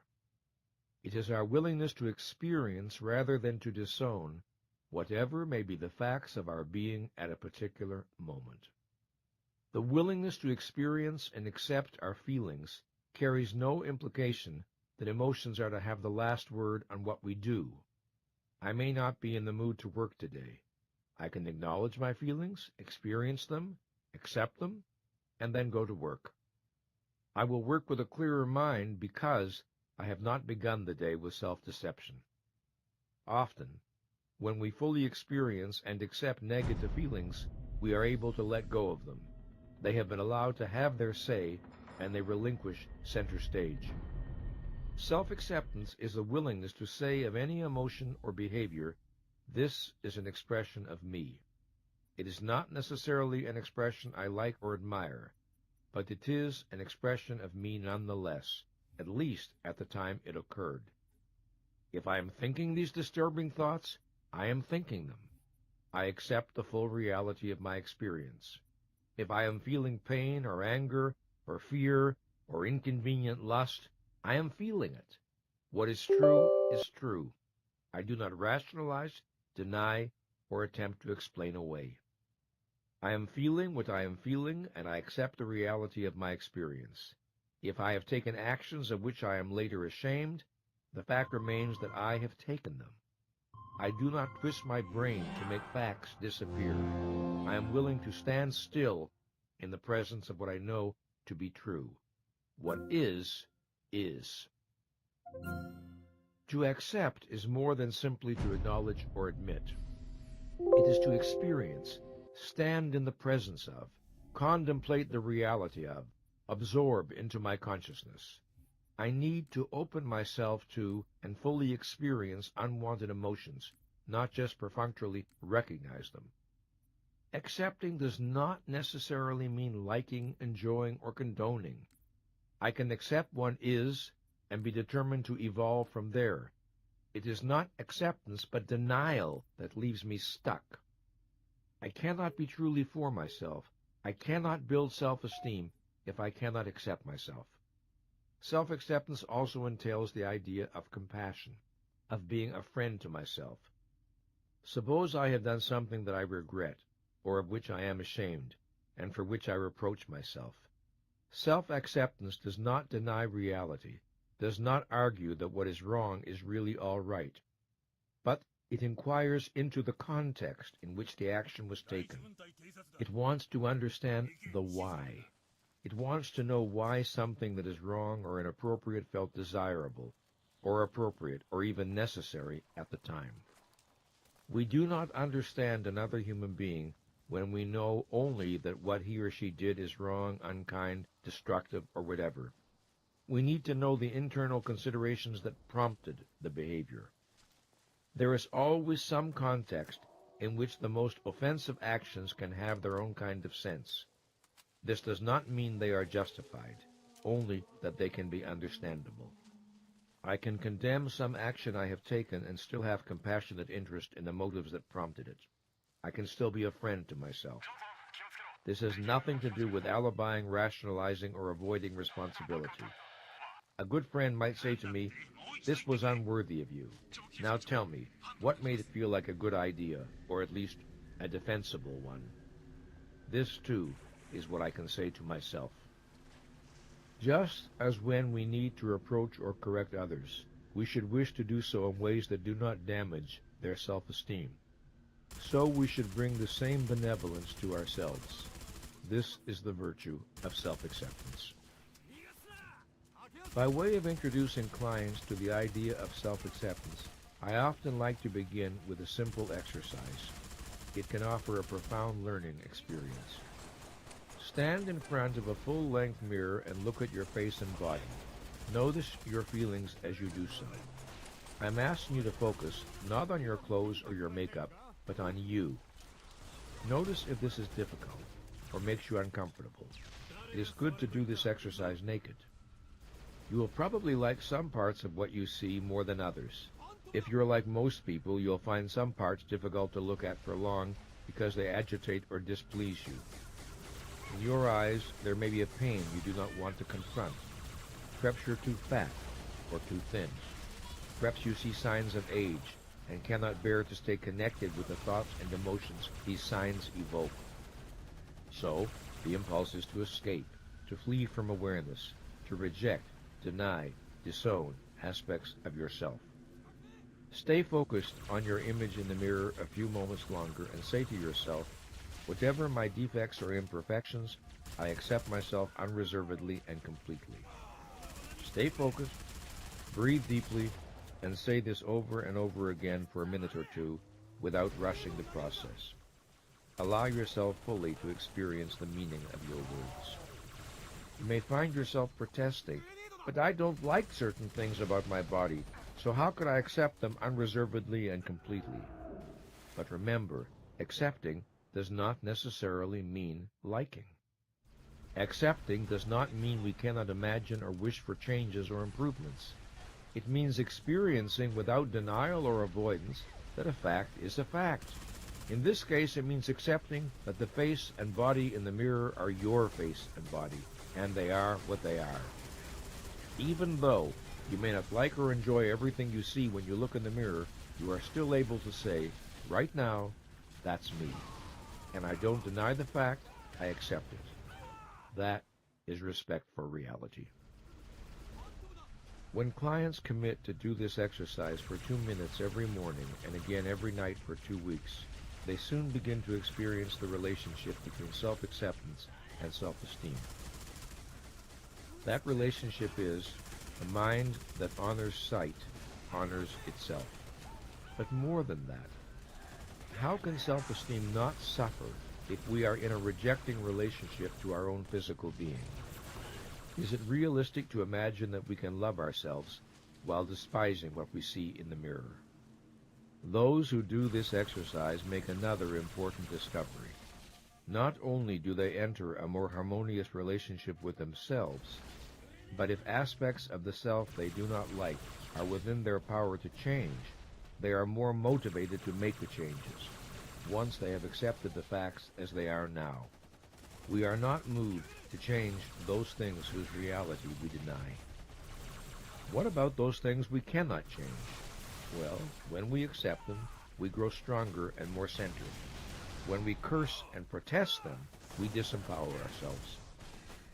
Suppose our negative reaction to some experience is so overwhelming that we feel we cannot practice self-acceptance with regard to it. Let us say the feeling, thought, or memory is so distressing and agitating that acceptance feels out of the question. We feel powerless not to block and contract. The solution is not to resist our resistance. It is not useful to try to block a block. Instead, we need to do something more artful. If we cannot accept a feeling or a thought or a memory, we should accept our resistance. In other words, start by accepting where we are. Be present to the now and experience it fully. If we stay with resistance at the conscious level, it will usually begin to dissolve. When we fight a block, it grows stronger. When we acknowledge, experience, and accept it, it begins to melt, because its continued existence requires opposition. Sometimes in therapy, when a person has difficulty accepting a feeling, I will ask if he or she is willing to accept the fact of refusing to accept the feeling. I asked this once of a client who was a clergyman and who had great difficulty in owning or experiencing his anger. Just the same, he was a very angry man. My request disoriented him. "Will I accept that I won't accept my anger?" he asked me. When I answered, "That's right," he thundered, "I refuse to accept my anger, and I refuse to accept my refusal." I asked, "Will you accept your refusal to accept your refusal? We've got to begin somewhere. Let's begin there." I asked him to face the group and say, "I'm angry," over and over again. Soon he was saying it very angrily indeed. Then I had him say, "I refuse to accept my anger," which he shouted with escalating vigor. Then I had him say, "I refuse to accept my refusal to accept my anger," which he plunged into ferociously. Then I had him say, "But I am willing to accept my refusal to accept my refusal." And he kept repeating it until he broke down and joined in the laughter of the group. "So if you can't accept the experience, accept the resistance," he said. I answered, "Right. And if you can't accept the resistance, accept your resistance to accepting the resistance. Eventually, you'll arrive at a point you can accept. Then you can move forward from there." Both accepting and disowning are implemented through a combination of mental and physical processes. The act of experiencing and accepting our emotions is implemented through, first, focusing on the feeling or emotion, then breathing gently and deeply, allowing muscles to relax, allowing the feeling to be felt, and finally, making real that this is my feeling. This is what we call owning it. In contrast, we deny and disown our emotions through, first, avoiding awareness of their reality, then constricting our breathing and tightening our muscles to cut off or numb the feeling, and finally, disassociating ourselves from our own experience. We typically encounter two fallacious assumptions when people have difficulty with the idea of self-acceptance. One is the belief that if we accept who and what we are, we must approve of everything about us. The other is the belief that if we accept who and what we are indifferent to change or improvement. But of course the question is, if we cannot accept what is, where will we find the motivation to improve? If we deny and disown what is, how will we be inspired to grow? There is a paradox here. Acceptance of what is the precondition of change, and denial of what is leaves me stuck in it. Let's try some sentence completion exercises designed to facilitate self-acceptance. Each morning, write 6 to 10 endings for the following sentence stems as rapidly as possible. Again, do not worry if your endings are literally true, make sense, or are profound. Self-acceptance to me means, if I am more accepting of my body, when I deny and disown my body, if I am more accepting of my conflicts. That's all. When you're finished, proceed with your day's business. In the evening, do 6 to 10 endings each for the following stems. When I deny or disown my conflicts, if I am more accepting of my feelings, when I deny and disown my feelings, if I am more accepting of my thoughts, when I deny and disown my thoughts. Do this exercise every day, Monday through Friday. On the weekend, read over what you have written and then write 6 to 10 endings for this stem. If any of what I have been writing this week is true, it might be helpful if anything we have the possibility of experiencing, we have the possibility of disowning, either immediately or later in memory. Nietzsche wrote, "I did it," says memory. "I couldn't have," says pride, and remains relentless. Eventually, memory yields. Unquote. I can rebel against my memories, thoughts, emotions, actions. I can reject rather than accept virtually any aspect of my experience. I can refuse to accept my sensuality. I can refuse to accept my spirituality. I can disown my sorrow. I can disown my joy. I can repress the memory of actions of which I am ashamed. I can repress the memory of actions of which I am proud. I can deny my ignorance. I can deny my intelligence. I can refuse to accept my limitations. I can refuse to accept my potentials. I can conceal my weaknesses. I can conceal my strengths. I can deny my feelings of self-hatred. I can deny my feelings of self-love. I can pretend that I am more than I am. I can pretend that I am less than I am. I can disown my body. I can disown my mind. We can be as frightened of our assets as we are of our shortcomings, as frightened of our genius, ambition, excitement, or beauty as we are of our emptiness, passivity, depression, or unattractiveness. If our liabilities pose the problem of inadequacy, our assets pose the challenge of responsibility. The greatest crime we commit against ourselves is not that we may deny and disown our shortcomings, but that we deny and disown our greatness because it frightens us. If a fully realized self-acceptance does not evade the worst within us, neither does it evade the best. The third pillar of self-esteem is the practice of self-responsibility. To feel competent to live and worthy of happiness, I need to experience a sense of control over my existence. This requires that I be willing to take responsibility for my actions and the attainment of my goals. This means that I take responsibility for my life and well-being. Self-responsibility is essential to self-esteem, and it is also a reflection or manifestation of self-esteem. The relationship between self-esteem and its pillars is always reciprocal. The practices that generate self-esteem are also natural expressions and consequences of self-esteem. The practice of self-responsibility entails these realizations.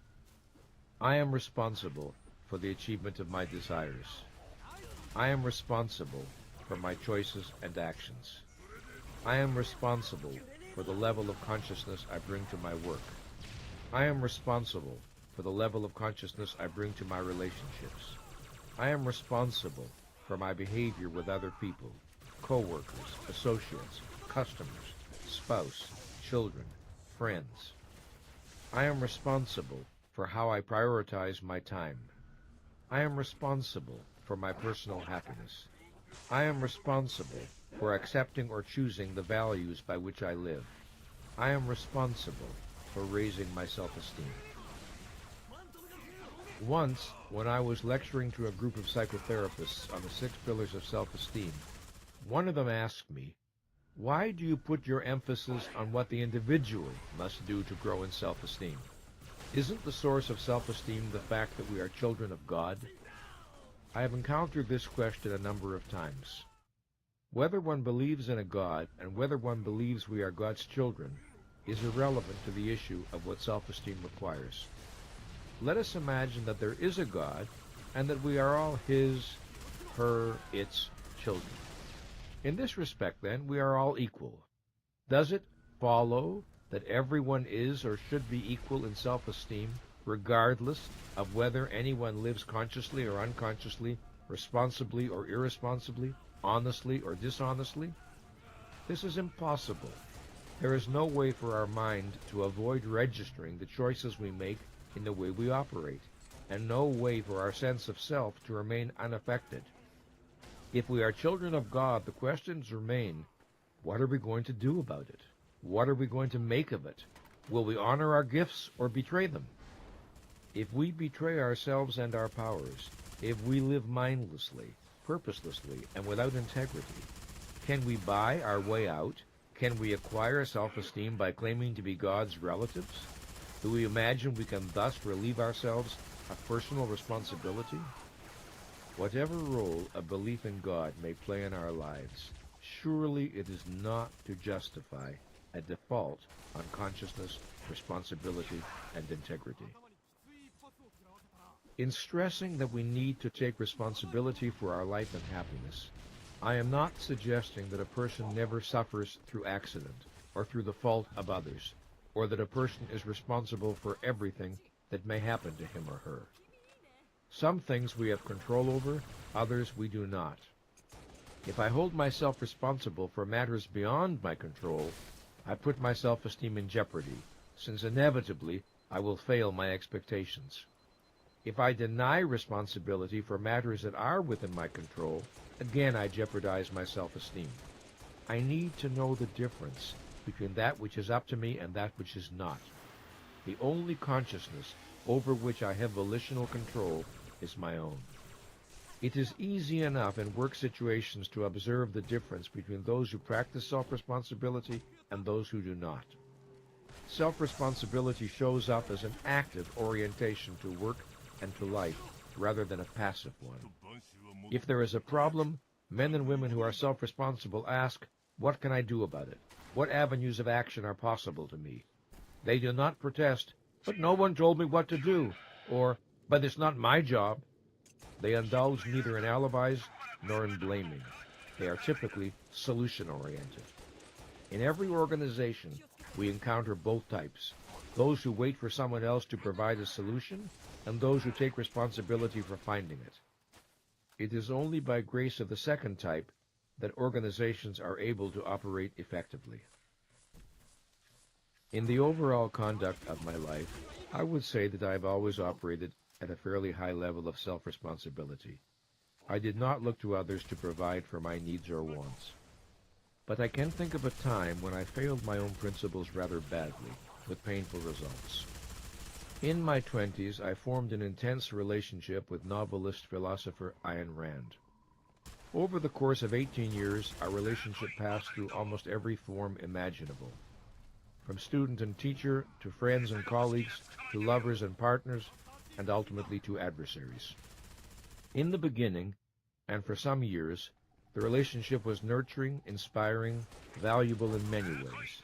I learned and grew enormously. But eventually, it became constricting, toxic, destructive. It became a barrier to my further intellectual and psychological development.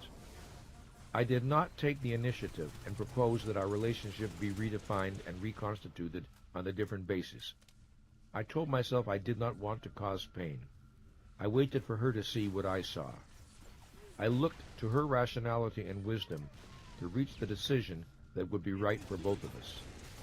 In effect, I was relating to an abstraction, to the author of The Fountainhead and Atlas Shrugged, rather than the concrete woman in front of me. I did not confront the fact that her agenda was very different from mine and that she was totally absorbed in her own needs. I delayed facing the fact that nothing would change unless I made it change. And because I delayed, I caused suffering and humiliation to us both. I avoided a responsibility that was mine to take. No matter what explanations I gave myself, there was no way for my self-esteem to remain unaffected. Only when I began to take the initiative did I begin the process of regaining what I had lost. We often see this pattern in marriages. One partner sees before the other that the relationship is finished, but he or she does not want to be the bad guy, the one to end things. So instead, manipulation begins, to lead the other to make the first move. It is cruel, degrading, lacking in dignity, and hurtful to both people. It is self-demeaning and self-diminishing. To the extent that I evade responsibility, I inflict wounds on my self-esteem. In accepting responsibility, I build self-esteem. Embracing self-responsibility not merely as a personal preference, but as a philosophical principle, entails one's acceptance of a profoundly important moral idea. In taking responsibility for our own existence, we implicitly recognize that other human beings are not our servants and do not exist for the satisfaction of our needs. We are not morally entitled to treat other human beings as means to our ends, just as we are not a means to theirs. In my therapy practice and my self-esteem groups, I work with a great number of sentence stems that allow clients to explore the psychology of self-responsibility. I offer a representative sampling here. Each morning, as rapidly as possible, write 6 to 10 endings for the following sentence stems. Self-responsibility to me means, at the thought of being responsible for my own existence. If I accepted responsibility for my own existence, that would mean, when I avoid responsibility for my own existence, if I accepted 5% more responsibility for the attainment of my goals, if I took more responsibility for the success of my relationships. Sometimes I keep myself passive by... If you keep a journal and over time write 6 to 10 endings for each of these incomplete sentences, not only will you learn a great deal, but it will be almost impossible not to grow in the practice of self-responsibility. The best way of working is to do the foregoing stems Monday through Friday, then do this weekend stem. If any of what I have been writing this week is true, it might be helpful if I... Having worked with people for so many years, with the aim of building self-esteem, I have always been on the lookout for decisive moments in psychotherapy. Instances when a click seems to occur in the client's mind, a new forward motion begins. One of the most important of such moments is when the client grasps that no one is coming. No one is coming to save me. No one is coming to make life right for me. No one is coming to solve my problems. If I don't do something different, nothing is going to get better. Some years ago, in my group therapy room, we hung on the wall a number of sayings that I often found useful in the course of my work. A client made me a gift of several of these sayings done in needlepoint, each with its own frame. One of these was, "No one is coming." One day, a group member with a sense of humor challenged me about it. "Nathaniel, it's not true," he said. "You came." "Correct," I admitted. "But I came to say that no one is coming." The fourth pillar of self-esteem is the practice of self-assertiveness. Self-assertiveness means honoring my wants, needs, and values and seeking appropriate forms of their expression in reality. Its opposite is that surrender to timidity that consists of consigning myself to a perpetual underground where everything that I am lies hidden or stillborn, to avoid confrontation with someone whose values differ from mine, or to please, placate, or manipulate someone, or simply to belong. Self-assertion does not mean belligerence or inappropriate aggressiveness. It does not mean pushing to the front of the line or knocking other people over. It does not mean upholding my own rights while being blind or indifferent to everyone else's. It simply means the willingness to stand up for myself, to be who I am openly, to treat myself with respect in all human encounters. To practice self-assertiveness is to live authentically, to speak and act from my innermost convictions and feelings, as a way of life, as a rule, allowing for the obvious fact that there may be particular circumstances in which I may justifiably choose not to do so. Appropriate self-assertiveness pays attention to context. The forms of self-expression appropriate when playing on the floor with a child are obviously different from those appropriate at a staff meeting. In every context, there will be appropriate and inappropriate forms of self-expression. Sometimes, self-assertiveness is manifested through volunteering an idea or paying a compliment. Sometimes, through a polite silence that signals non-agreement. Sometimes, by refusing to smile at a tasteless joke. While appropriate self-expression varies with the context, in every situation there is a choice between being authentic or inauthentic, real or unreal. If we do not want to face this, of course, we will deny that we have such a choice. We will assert that we are helpless. But the choice is always there. Let's examine what self-assertiveness is and is not. The first and basic act of self-assertion is the assertion of consciousness. This entails the choice to see, to think, to be aware, to send the light of consciousness outward toward the world, and inward toward our own being. To ask questions is an act of self-assertion. To challenge authority is an act of self-assertion.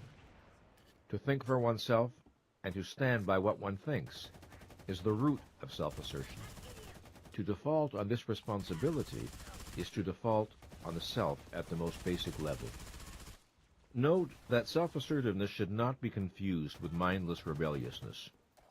Sometimes people who are essentially dependent and fearful choose a form of assertiveness that is self-destructive. It consists of reflexively saying no when their interest would be better served by saying yes. Their only form of self-assertiveness is protest, whether it makes sense or not.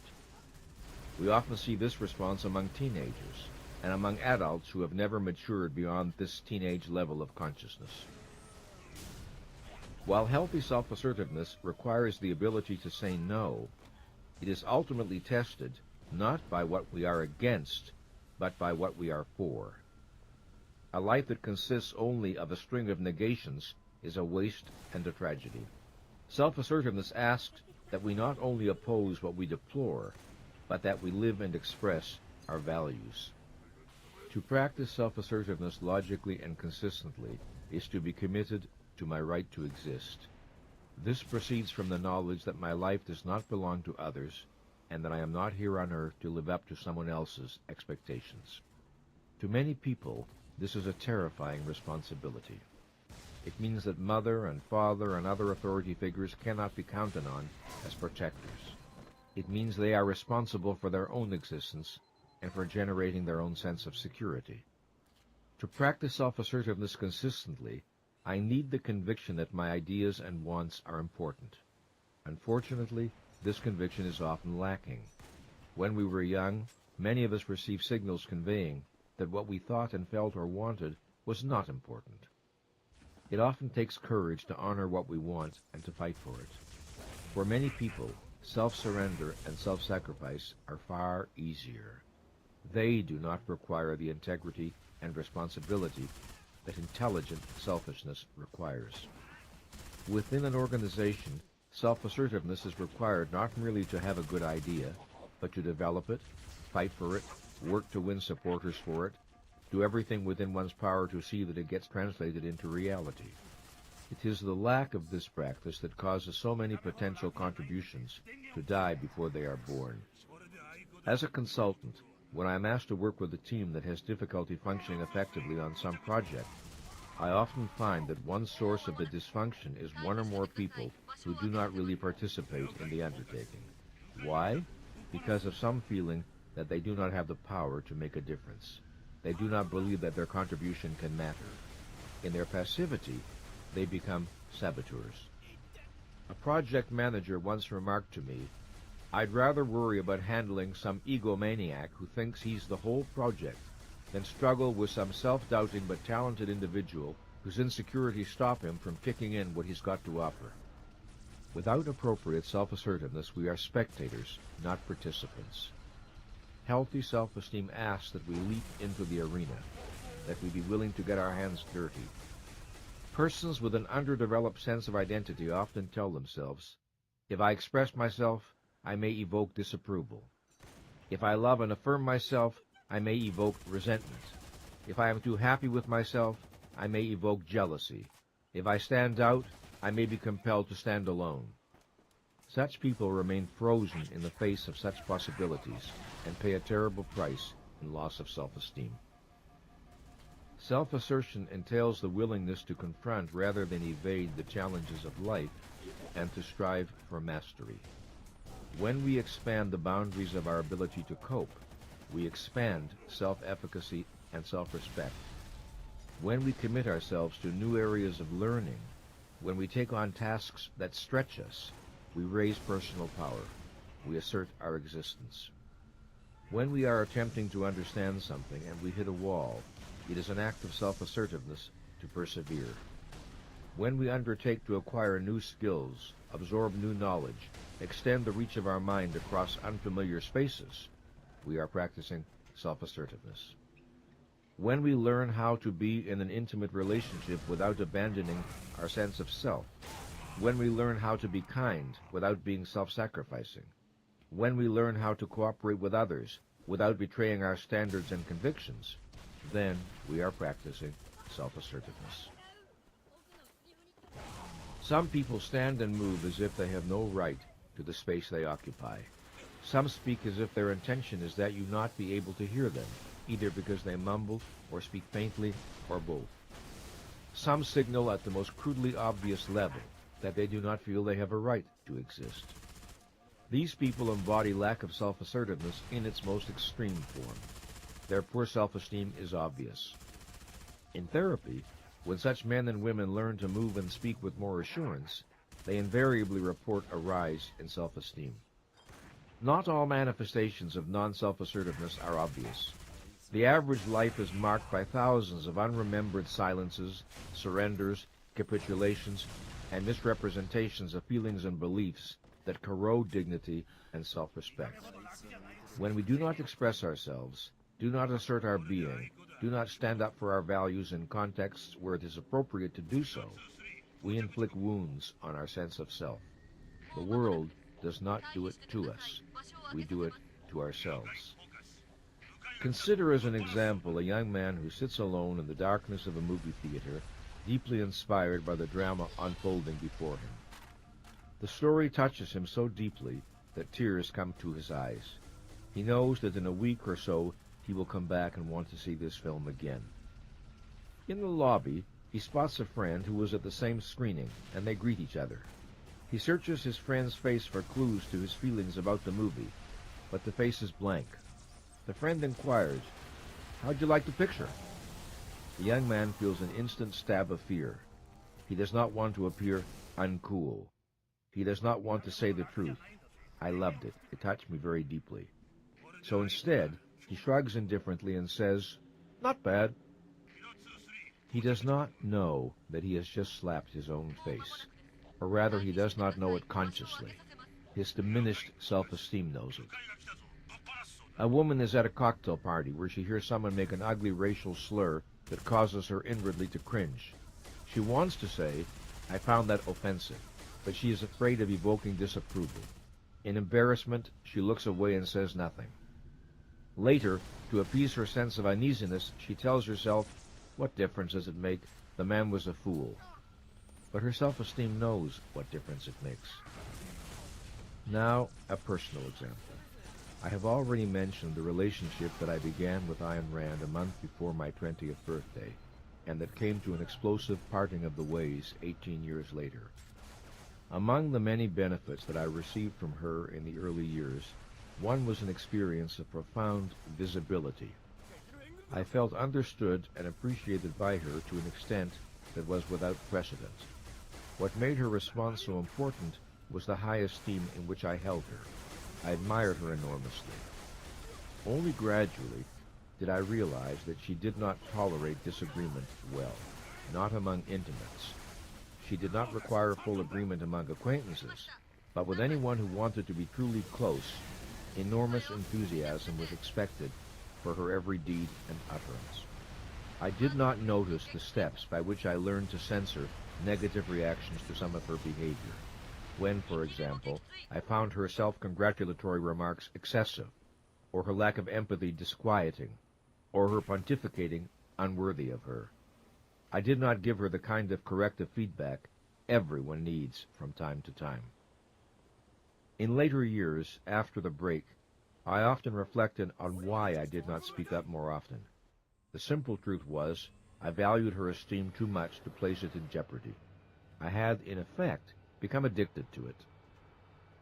In exchange for the intoxicating gratification of being treated as a demigod by the person I valued above all others, and whose good opinion I treasured above all others, I leashed my self-assertiveness in ways that over time were damaging to my self-regard. In the end, I learned an invaluable lesson. I learned that surrenders of this kind do not work. They merely postpone confrontations that are inevitable and necessary. I learned that the temptation to self-betrayal can sometimes be worst with those about whom we care the most, and I learned that no amount of admiration for another human being can justify sacrificing one's judgment. The following sentence stems can facilitate reaching a deeper understanding of self-assertiveness. Each morning, for each stem, write 6 to 10 endings as rapidly as possible. Self-assertiveness to me means, if I lived 5% more self-assertively today, if I brought more awareness to my deepest needs and wants, if I were willing to voice my thoughts and opinions more often, when I suppressed my thoughts and opinions, and, as before, on the weekend, after reading the week's stems, write 6 to 10 endings for this one. If any of what I have been writing this week is true, it might be helpful if I... Once again, we can appreciate that the actions that support healthy self-esteem are also expressions of healthy self-esteem. Self-assertiveness both supports self-esteem and is a manifestation of it. It is a mistake to look at someone who is self-assured and say, well, it's easy for her to be self-assertive. She has good self-esteem. One of the ways we build self-esteem is by being self-assertive when it is not easy to do so. There are always times when self-assertiveness calls on our courage. The fifth pillar of self-esteem is the practice of living purposefully. I have a friend in his late 60s who is one of the most brilliant and sought-after business speakers in the country. A few years ago, he reconnected with a woman he had known and loved many years earlier, and with whom he had been out of touch for 3 decades. She, too, was now in her 60s. They fell passionately in love. Telling me about it one evening at dinner, my friend had never looked happier. It was wonderful to be with him and to see the look of rapture on his face. Thinking, perhaps, of the 2 divorces in his past, he said, wistfully and urgently, "God, I hope I handle things right this time. I want this relationship to succeed so much. I hope, that I don't screw up." I was silent, and he asked, "Got any advice?" "Well, yes, I do," I answered. "If you want it to work, you must make it your conscious purpose that it work." He leaned forward intently, and I went on, "I can just imagine what your reaction would be if you were at IBM and some executive said, 'Gee, I hope we handle the marketing of this new product properly.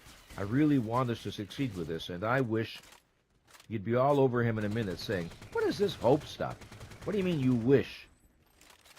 My advice is to apply what you know about the importance of purpose in business to your personal life. His elated smile said eloquently that he understood. This leads me to the subject of living purposefully. To live without purpose is to live at the mercy of chance. The chance event, the chance phone call, the chance encounter, because we have no standard by which to judge what is or is not worth doing.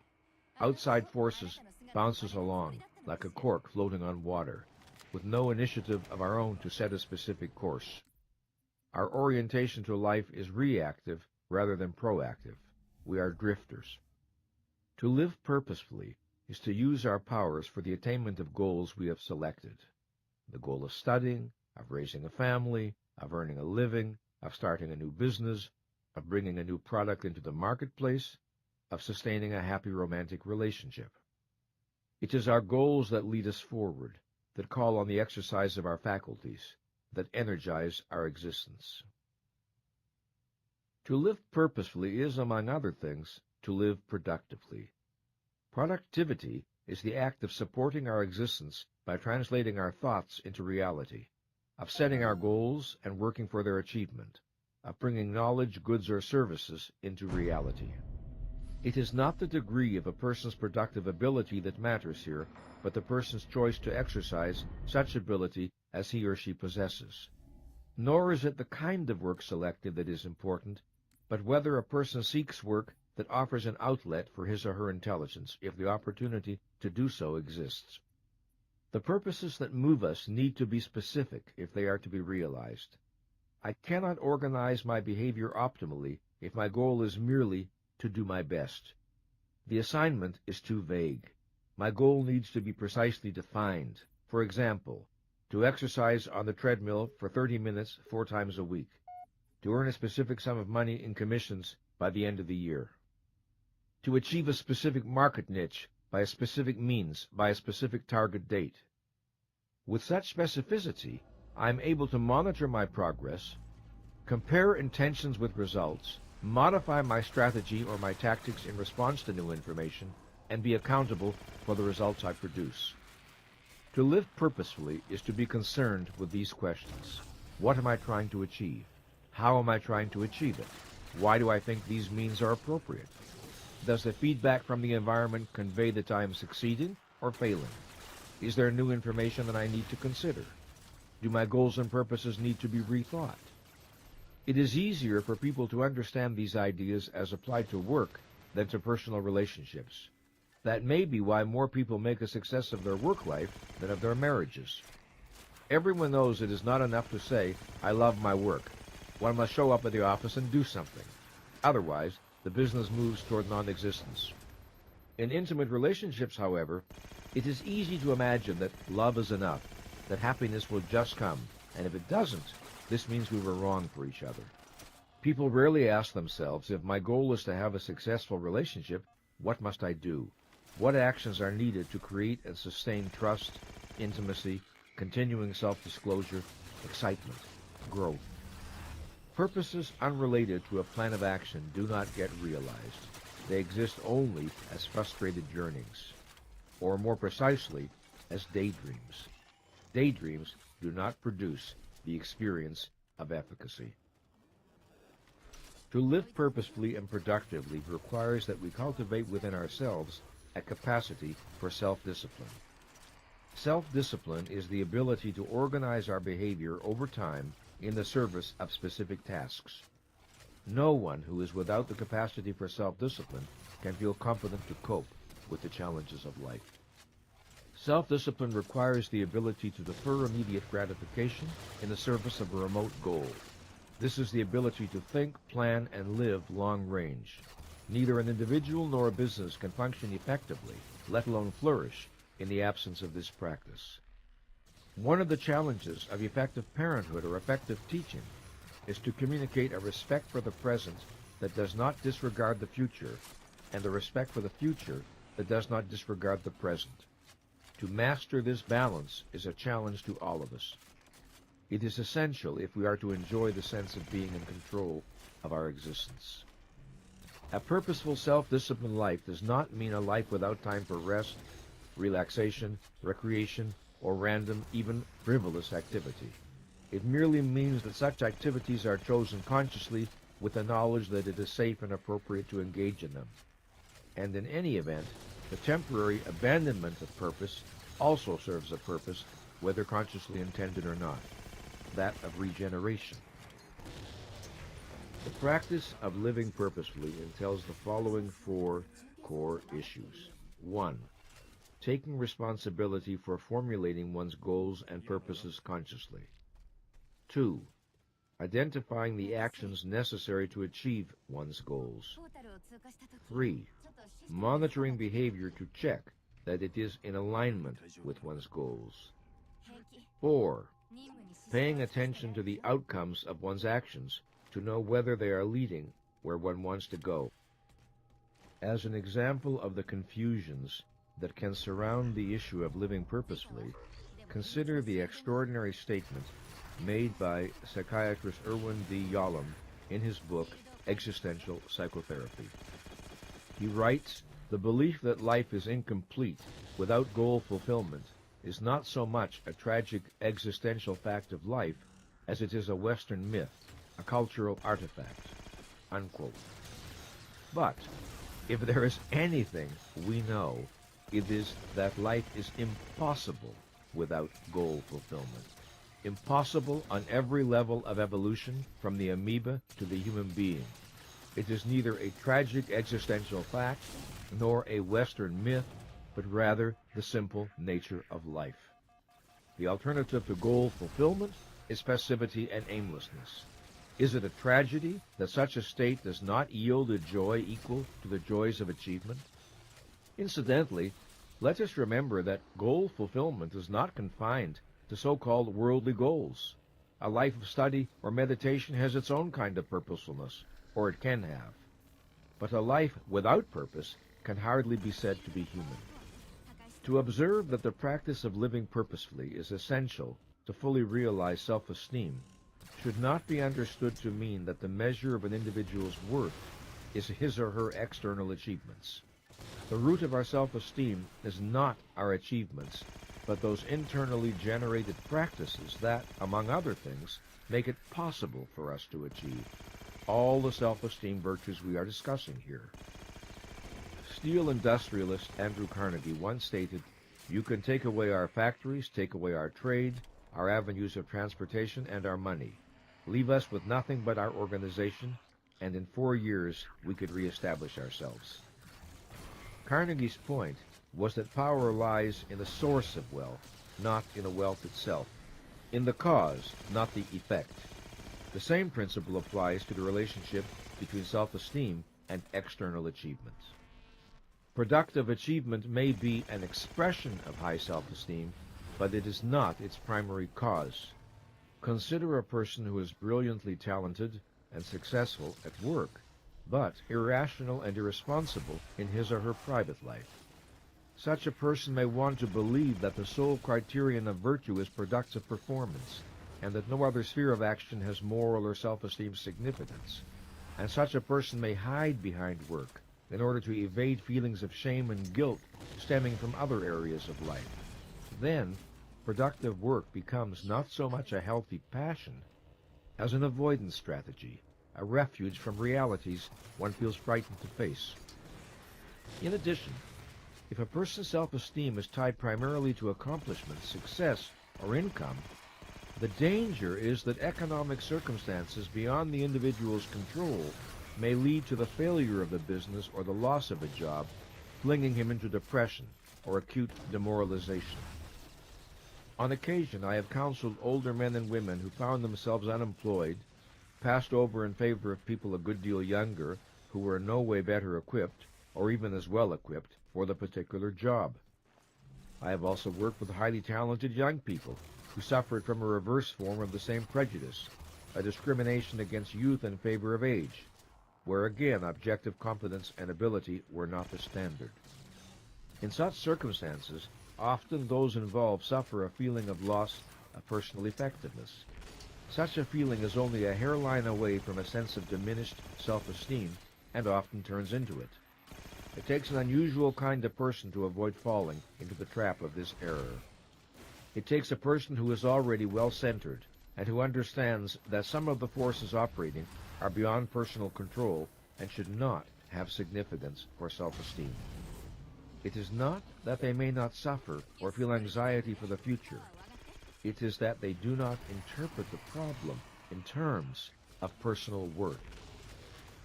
When a question of self-esteem is involved, the question to ask is this: is this matter within my direct volitional control? Or is it at least linked by a direct line of causality to matters within my direct volitional control? If it isn't, it is irrelevant to self-esteem and should be perceived to be, however painful or even devastating the problem may be on other grounds. When I think of what living purposefully means in my life, I think first of taking responsibility for generating the actions necessary to achieve my goals. Living purposefully overlaps significantly with self-responsibility. I think of a time when I wanted something I could not afford that represented a significant improvement in my way of living. A fairly large expenditure of money was involved.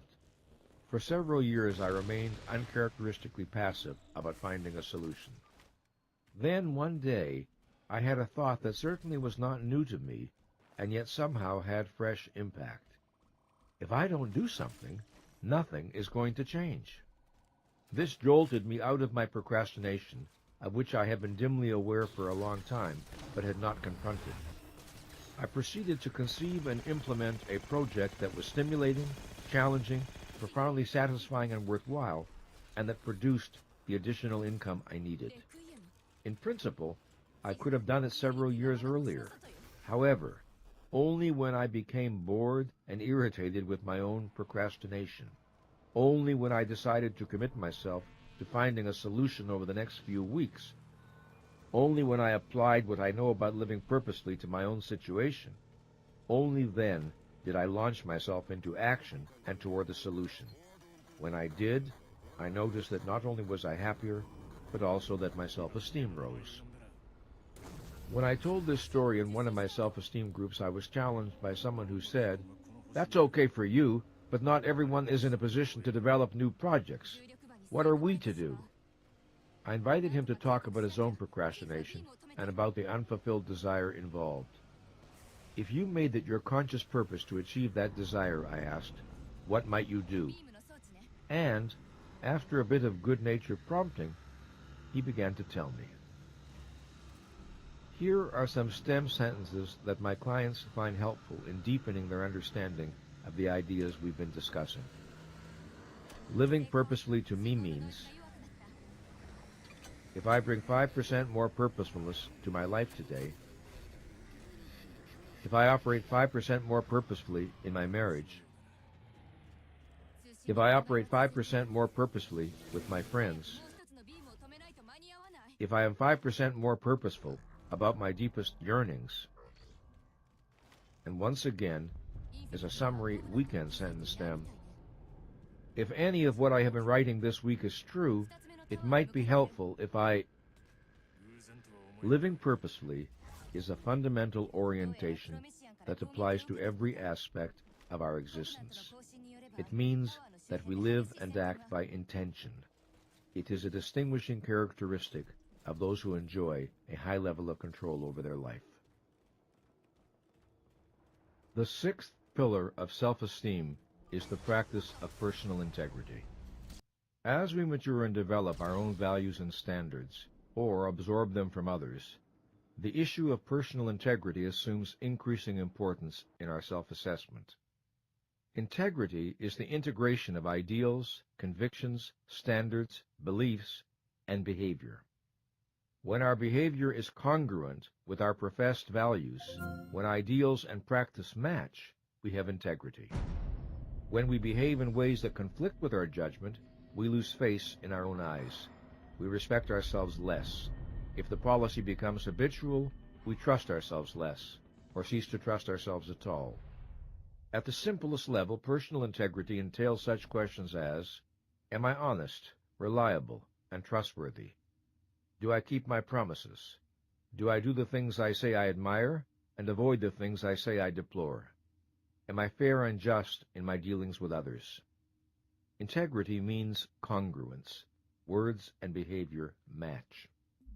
There are people we know whom we trust and others we do not. If we ask ourselves the reason, we will see that congruence is basic. We trust congruency and are suspicious of incongruency. Studies disclose that many people and organizations do not trust those above them. Why? Lack of congruence. Beautiful mission statements, unsupported by practice. Slogans about customer service on the walls, unmatched by the realities of daily business. In most organizations, however, there are men and women who others trust. Why? They keep their word. They honor their commitments. They don't just promise to stick up for their people, they do it. They don't just preach fairness, they practice it. They don't just counsel honesty and integrity, they live it. To understand why lapses of integrity are detrimental to self-esteem, consider what a lapse of integrity entails. If I act in contradiction to a moral value held by someone else but not by me, I may be right, or I might be wrong, but I cannot be faulted for having betrayed my convictions. If, however, I act against what I myself regard as right, then I act against my judgment. I betray my mind. Hypocrisy, by its very nature, is self-invalidating. It is mind rejecting itself. A default on integrity undermines me and contaminates my sense of self. It damages me as no external rebuke or rejection can damage me. I may give sermons on honesty to my children, yet lie to my friends and neighbors. I may become righteous and indignant when people do not keep their commitments to me, but I disregard my commitments to others. I may preach a concern with quality, but indifferently sell my customers shoddy goods. I may outmaneuver a colleague in the office and appropriate her achievements. I may ask for honest feedback, then penalize the employee who disagrees with me. And I may evade my hypocrisy. I may produce any number of rationalizations. But the fact remains that I launch an assault on my self-respect that no rationalization will dispel. If I am uniquely situated to raise my self-esteem, I am also uniquely situated to lower it. One of the great self-deceptions is to tell myself, only I will know. Only I will know that I am a liar. Only I will know I deal unethically with people who trust me. Only I will know I have no intention of honoring my promise. The implication is that my judgment is unimportant, and that only the judgment of others counts. But when it comes to matters of self-esteem, mine is the only judgment that counts. My ego is the judge from whom there is no escape. I can avoid people who have learned the humiliating truth about me. I cannot avoid myself. I recall a news article I read some years ago about a medical researcher of high repute who was discovered to have been faking his data for a long time while piling up grant after grant and honor after honor. There was no way for self-esteem not to be a casualty of such behavior, even before the fakery was revealed. He knowingly chose to live in a world of unreality, where his achievements and prestige were equally unreal. Long before others knew, he knew. Impostors of this kind, who live for an illusion in someone else's mind, which they hold as more important than their own knowledge of the truth, do not enjoy good self-esteem. Most of the issues of integrity we face are not big issues, but small ones. Yet the accumulated weight of our choices has an impact on our sense of self. As I mentioned earlier, I conduct weekly ongoing self-esteem groups for people who have come together for a specific purpose, to grow in self-efficacy and self-respect. One evening I gave the group this sentence stem: if I bring 5% more integrity into my life. Here are some of the endings that were expressed. If I bring 5% more integrity into my life, I tell people when they do things that bother me. I wouldn't pad my expense account. I'd be truthful with my husband about what my clothes cost. I'd tell my parents I no longer believe in God. I'd admit it when I'm flirting. I wouldn't be so ingratiating to people I dislike. I wouldn't laugh at jokes I think are stupid and vulgar. I'd put in more of an effort at work. I'd help my wife more with chores, as I promised. I'd tell customers the truth about what they're buying. I wouldn't just say what people want to hear. The ease and speed of people's responses point to the fact that these matters are not very far beneath the surface of awareness, although there is understandable motivation to evade them.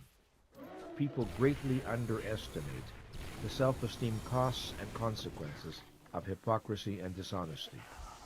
They imagine that all that is involved is some discomfort. But it is the spirit itself that is contaminated.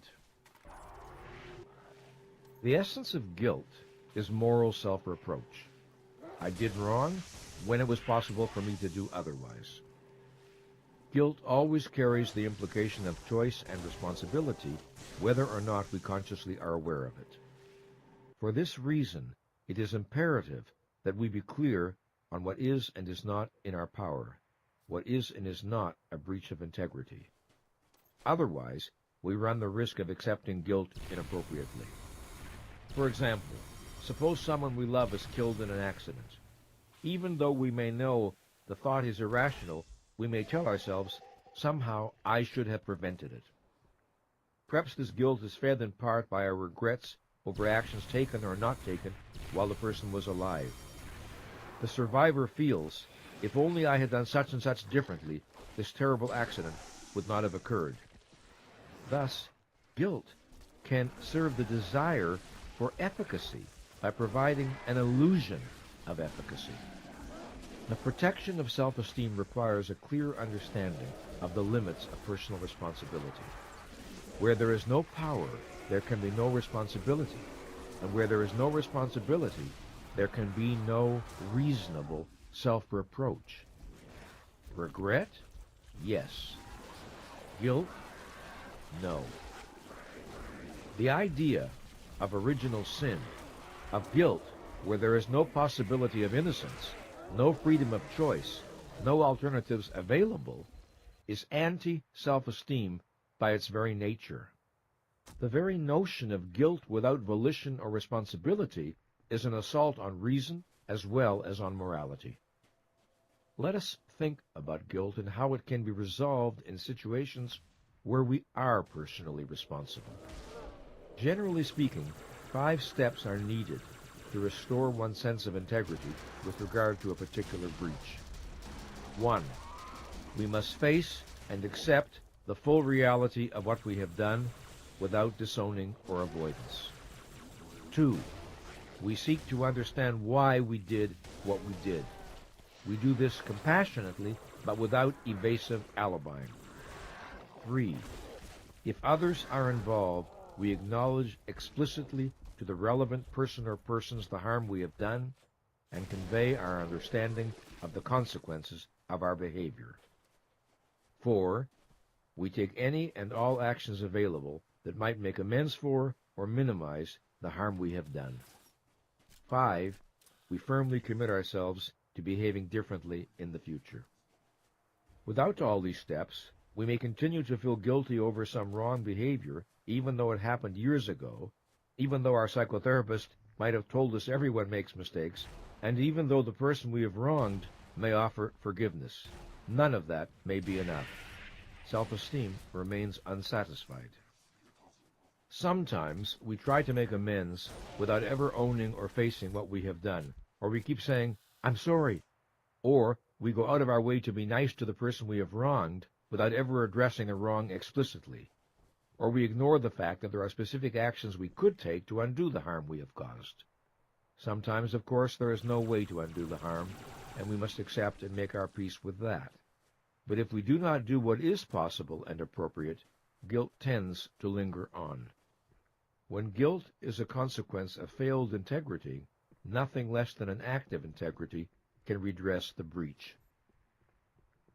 While it is easy enough to recognize at a common-sense level the relationship between self-esteem and integrity, the issue of living up to our standards is not always simple. What if our standards are irrational or mistaken? We may accept or absorb a code of values that does violence to our nature and needs. For example, certain religious teachings implicitly or explicitly damn sex, damn pleasure, damn the body, damn ambition, damn material success, damn, for all practical purposes, the enjoyment of life on earth. If children are indoctrinated with these teachings, what will the practice of integrity mean in their lives? Some elements of quote-unquote hypocrisy may be all that keeps them alive. Once we see that living up to our standards appears to be leading us toward self-destruction, the time has come to question our standards rather than simply resigning ourselves to living without integrity. We must summon the courage to challenge some of our deepest assumptions concerning what we have been taught to regard as the good. One area in which integrity and living consciously clearly intersect is in the need to reflect on the values we have been taught, the shared assumptions of our family or culture, and the roles we may have been assigned. We need to question whether they fit our own perceptions and understanding, or whether they do violence to the deepest and best within us, to what is sometimes called our true nature.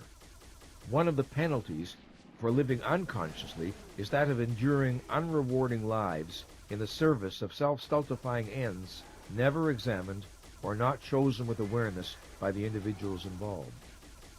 The higher the level of consciousness at which we operate, the more we live by explicit choice, and the more naturally does integrity follow as a consequence. Discussing the complexities of moral decision-making in a lecture, I was once asked what I thought of Joseph Campbell's counsel to, quote, follow your own bliss. Did I believe it was ethically appropriate? I answered that while I liked what I believed to be Campbell's basic intention, his statement could be dangerous if divorced from a rational context. I suggested this modification. Live consciously, take responsibility for your choices and actions, respect the rights of others, and follow your own bliss. I added that as a piece of moral advice, I loved the Spanish proverb, take what you want, said God, and pay for it. But of course, complex moral decisions cannot be made simply on the basis of statements such as these, helpful though they may sometimes be. A moral life requires serious reflection. I have said that moral decisions are not always easy, and that sometimes, rightly or wrongly, we experience our choices as agonizingly complex and difficult. To offer a personal example, many years ago I was married to a woman I was very attached to, but no longer loved. My romance with Ayn Rand was fading, but not officially terminated. Both relationships were painfully unresolved when I met and fell passionately in love with a third woman I would later marry, Patricia, who would die at the age of 37. For a long time, my mind was a chaos of conflicting loyalties, and I handled things very badly. I did not tell the truth to my wife or to Ayn as soon as I could have. Never mind the reasons. Reasons do not alter facts. It was a long road, but at its end was painfully acquired knowledge I had possessed at the beginning. That knowledge was that the truth had to be told, and that by procrastinating and delaying, I merely made the consequences for everyone more terrible. I succeeded in protecting no one, least of all myself. If part of my motive was to spare people I cared about, I inflicted a worse pain than they would otherwise have experienced. If part of my motive was to protect my self-esteem by avoiding a conflict between my values and loyalties, it was my self-esteem that I damaged. Lies do not work. If we examine our lives, we may notice that our practice of integrity exhibits inconsistencies. There are areas where we practice it more and areas where we practice it less. Rather than evade this fact, it is useful to explore it. It is worthwhile to consider what stands in the way of my practicing integrity in every area of my life. What would happen if I lived my values consistently? Here are sentence stems that can aid the process of exploration. Integrity to me means, if I bring 5% more integrity to my work, if I bring 5% more integrity to my personal relationships, if I am willing to look at the areas where I do not practice integrity. On the weekend, again work with this sentence stem. If any of what I have been writing this week is true, it might be helpful if you choose to bring a high level of awareness to what you produce. In doing these sentence stems, you may discover that living with greater integrity has become realizable. In a world where we regard ourselves and are regarded by others as accountable for our actions, the practice of integrity is relatively easier than in a world where the principle of personal accountability is absent. A culture of accountability tends to support our moral aspirations. The challenge for people today, and it is not an easy one, is to maintain high personal standards while feeling that one is living in a moral sewer. Grounds for such a feeling are to be found in the behavior of our public figures, the horror of so many world events, and in our so-called art and entertainment, so much of which celebrates depravity, cruelty, and mindless violence. All contribute to making the practice of personal integrity a lonely and even heroic undertaking. If integrity is a source of self-esteem, then it is also an expression of self-esteem. This leads to an important question. About all 6 pillars, it might be asked, to practice them, does one not need to already possess self-esteem? How then can they be the foundation of self-esteem? In answering, I must introduce what I call the principle of reciprocal causation.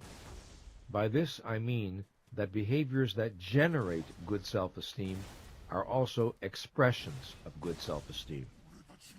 Living consciously is both a cause and an effect of self-efficacy and self-respect, and so is self-acceptance, self-responsibility, and all the other practices I describe. The more I live consciously, the more I trust my mind and respect my worth. And if I trust my mind and respect my worth, it feels natural to live consciously. The more I live with integrity, the more I enjoy good self-esteem.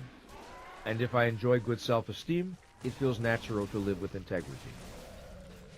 Another noteworthy aspect of the dynamics involved here is that the practice of these virtues over time tends to generate a felt need for them. If I habitually operate at a high level of consciousness, unclarity and fog in my awareness will make me uncomfortable. If I have been consistent in my integrity, I will experience dishonesty on my part as disturbing, and will feel a thrust to resolve the dissonance and restore the inner sense of moral cleanliness. Once we understand the practices I have described, we have the power, at least to some extent, to choose them. The power to choose them is the power to raise the level of our self-esteem from whatever point we may be starting, and however difficult the project may be in the early stages. An analogy to physical exercise may be helpful. If we are in poor physical condition, exercise is typically difficult. As our condition improves, exercise becomes easier and more enjoyable. We begin where we are and build our strength from there. Raising self-esteem follows the same principle.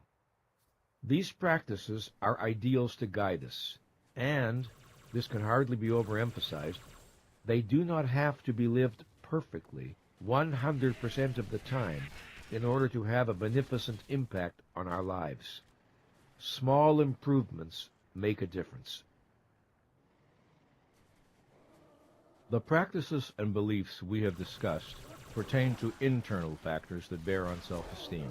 That is, they exist or are generated from within the individual.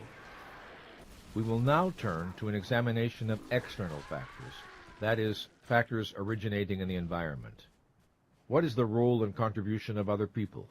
What is the potential impact of parents, teachers, managers, and the culture in which one lives? These are the questions I will address in the remainder of this program. Let's begin with the role of parents. The proper aim of parental nurturing is to prepare a child for independent survival as an adult. An infant begins in a condition of total dependency. If his or her upbringing is successful, the young man or woman will evolve out of that dependency into a self-respecting and self-responsible human being who is able to respond to the challenges of life confidently and enthusiastically. It is an old and excellent adage that effective parenting consists, first, of giving a child roots to grow, and then wings to fly. The security of a firm base, and the self-confidence one day to leave it. Children do not grow up in a vacuum. They grow up in a social context. Parental behavior alone does not decide the course of a child's psychological development. Apart from the fact that sometimes the most important influence in a child's life is a teacher, or a grandparent, or a neighbor, external factors are only part of the story, never the whole. We are beings whose consciousness is volition. So, beginning in childhood and continuing throughout our life, we make choices that have consequences for the kind of person we become and the level of self-esteem we attain. To say that parents can make it easier or harder for a child to develop healthy self-esteem is to say that parents can make it easier or harder for a young person to learn the 6 practices and make them a natural and integral part of his or her life. The 6 practices provide a standard for assessing parental policies. Do these policies encourage or discourage consciousness, self-acceptance, self-responsibility, self-assertiveness, purposefulness, and integrity? Do they raise or lower the probability that a child will learn self-esteem supporting behaviors?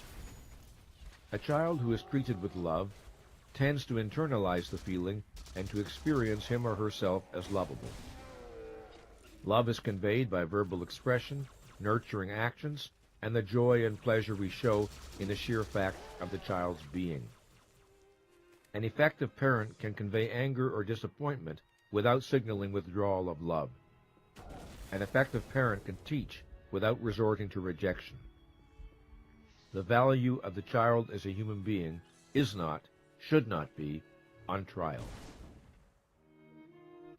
Love is not felt to be real when it is always tied to performance, tied to living up to mother's or father's expectations, and is withdrawn from time to time as a means of manipulating obedience and conformity. Love is not felt to be real when the child receives subtle or unsubtle messages to the effect that you are not enough. Unfortunately, many of us receive such messages. You may have potential, but you are unacceptable as you are. You need to be fixed. One day you may be enough, but not now. You will be enough only if you fulfill our expectations. I am enough does not mean I have nothing to learn and nowhere to grow to. It means I accept myself as a value as I am. We cannot build self-esteem on a foundation of I am not enough. To convey to a child you are not enough is to subvert self-esteem at the core. No child feels loved who receives such messages. A child whose thoughts and feelings are treated with acceptance tends to internalize the response and to learn self-acceptance. Acceptance is conveyed not by agreement, but by listening to and acknowledging the child's thoughts and feelings, and not by chastising, arguing, lecturing, psychologizing, or insulting. If a child is repeatedly told that he or she must not feel this, must not feel that. The child is encouraged to deny and disown feelings or emotions in order to please or placate parents. If normal expressions of excitement, anger, happiness, sexuality, longing, and fear are treated as unacceptable, or wrong, or sinful, or otherwise distasteful to parents, the child may disown and reject more and more of the self to belong, to be loved, to avoid the terror of abandonment.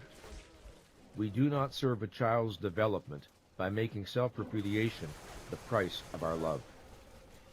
Few attitudes of parents can be so helpful for the child's healthy development as the child's experience that his or her nature, temperament, interests, and aspirations are accepted, whether or not parents share them. It is unrealistic in the extreme to imagine that parents will enjoy or be comfortable with a child's every act of self-expression. But acceptance does not require enjoyment or comfort or agreement. A parent may be athletic, a child may not be, or the reverse. A parent may be artistic, a child may not be, or the reverse. A parent may be very social, a child may be less so, or the reverse. A parent may be competitive, a child may not be, or the reverse.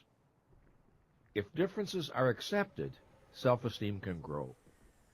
A child who receives respect from adults tends to learn self-respect. Respect is conveyed by addressing a child with the courtesy one normally extends to adults. As child psychologist Haim Ginott used to observe, if a visiting guest accidentally spills a drink, we do not say, "Oh, you're so sloppy, what's the matter with you?" But then why do we think such statements are appropriate for our children, who are much more important to us than the visitor? Parents need to be informed. Be careful what you say to your children. They may agree with you.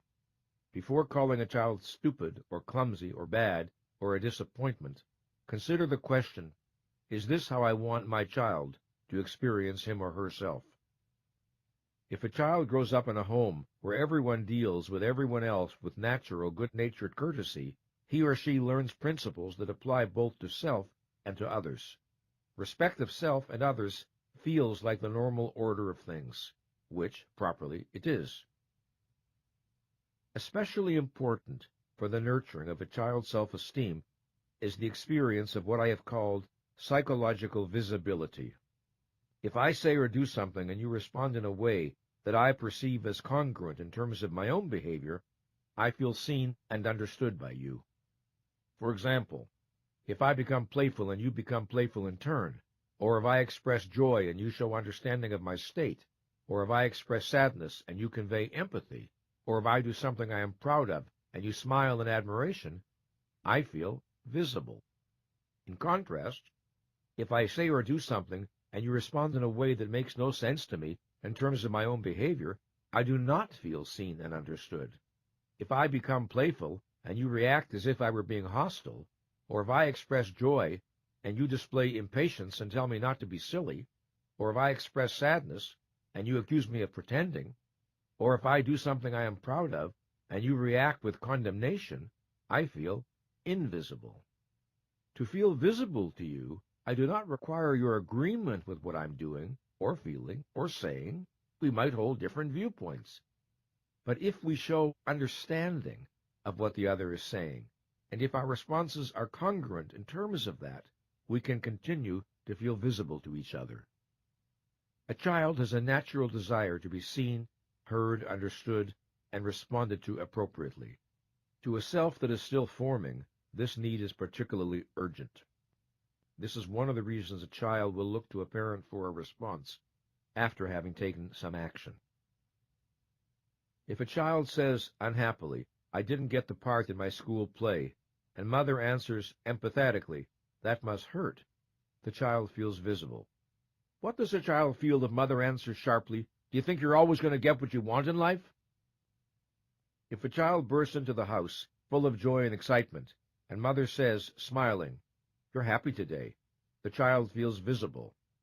What does a child feel if mother screams, "Do you have to make so much noise? What is the matter with you?"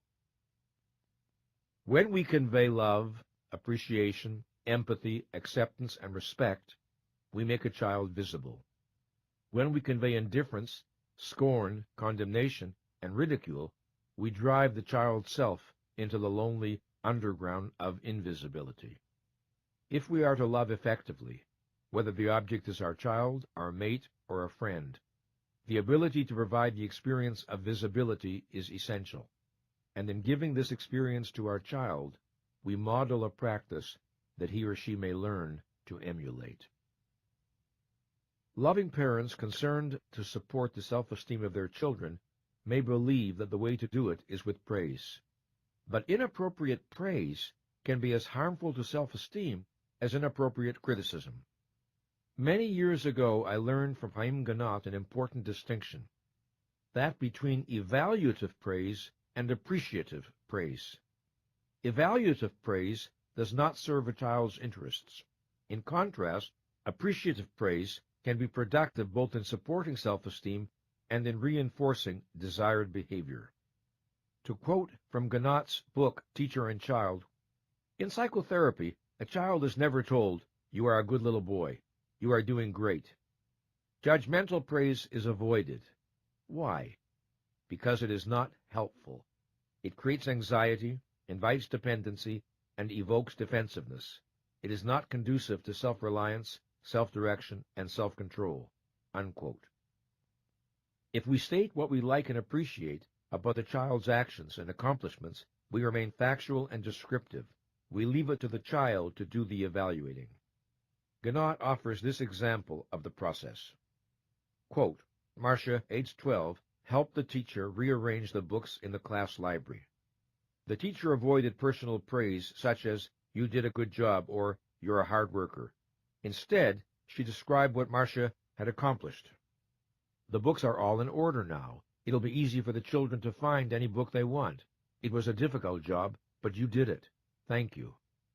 The teacher's words of recognition allowed Marcia to make her own inference. 'My teacher likes the job I did. I am a good worker.' Unquote. The more specifically targeted our praise, the more meaningful it is to the child. Praise that is generalized and abstract leaves the child wondering what exactly is being praised. It is not helpful. Not only does praise need to be specific, it needs to be commensurate with its object. Overblown or grandiose praise tends to be overwhelming and anxiety-provoking, because the child knows it does not match his or her self-perceptions. Some parents are intent on helping their children's self-esteem, but they praise globally, indiscriminately, and extravagantly. At best, this does not work. At worst, it backfires. The child feels invisible and anxious.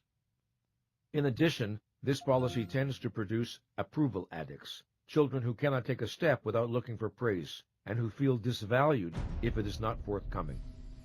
If we wish to nurture autonomy, always leave space for the child to make his or her own evaluations after we have described behavior. Leave the child free of the pressure of our judgments. Help create a context in which independent thinking can occur. As to criticism, it needs to be directed only at the child's behavior, never at the child.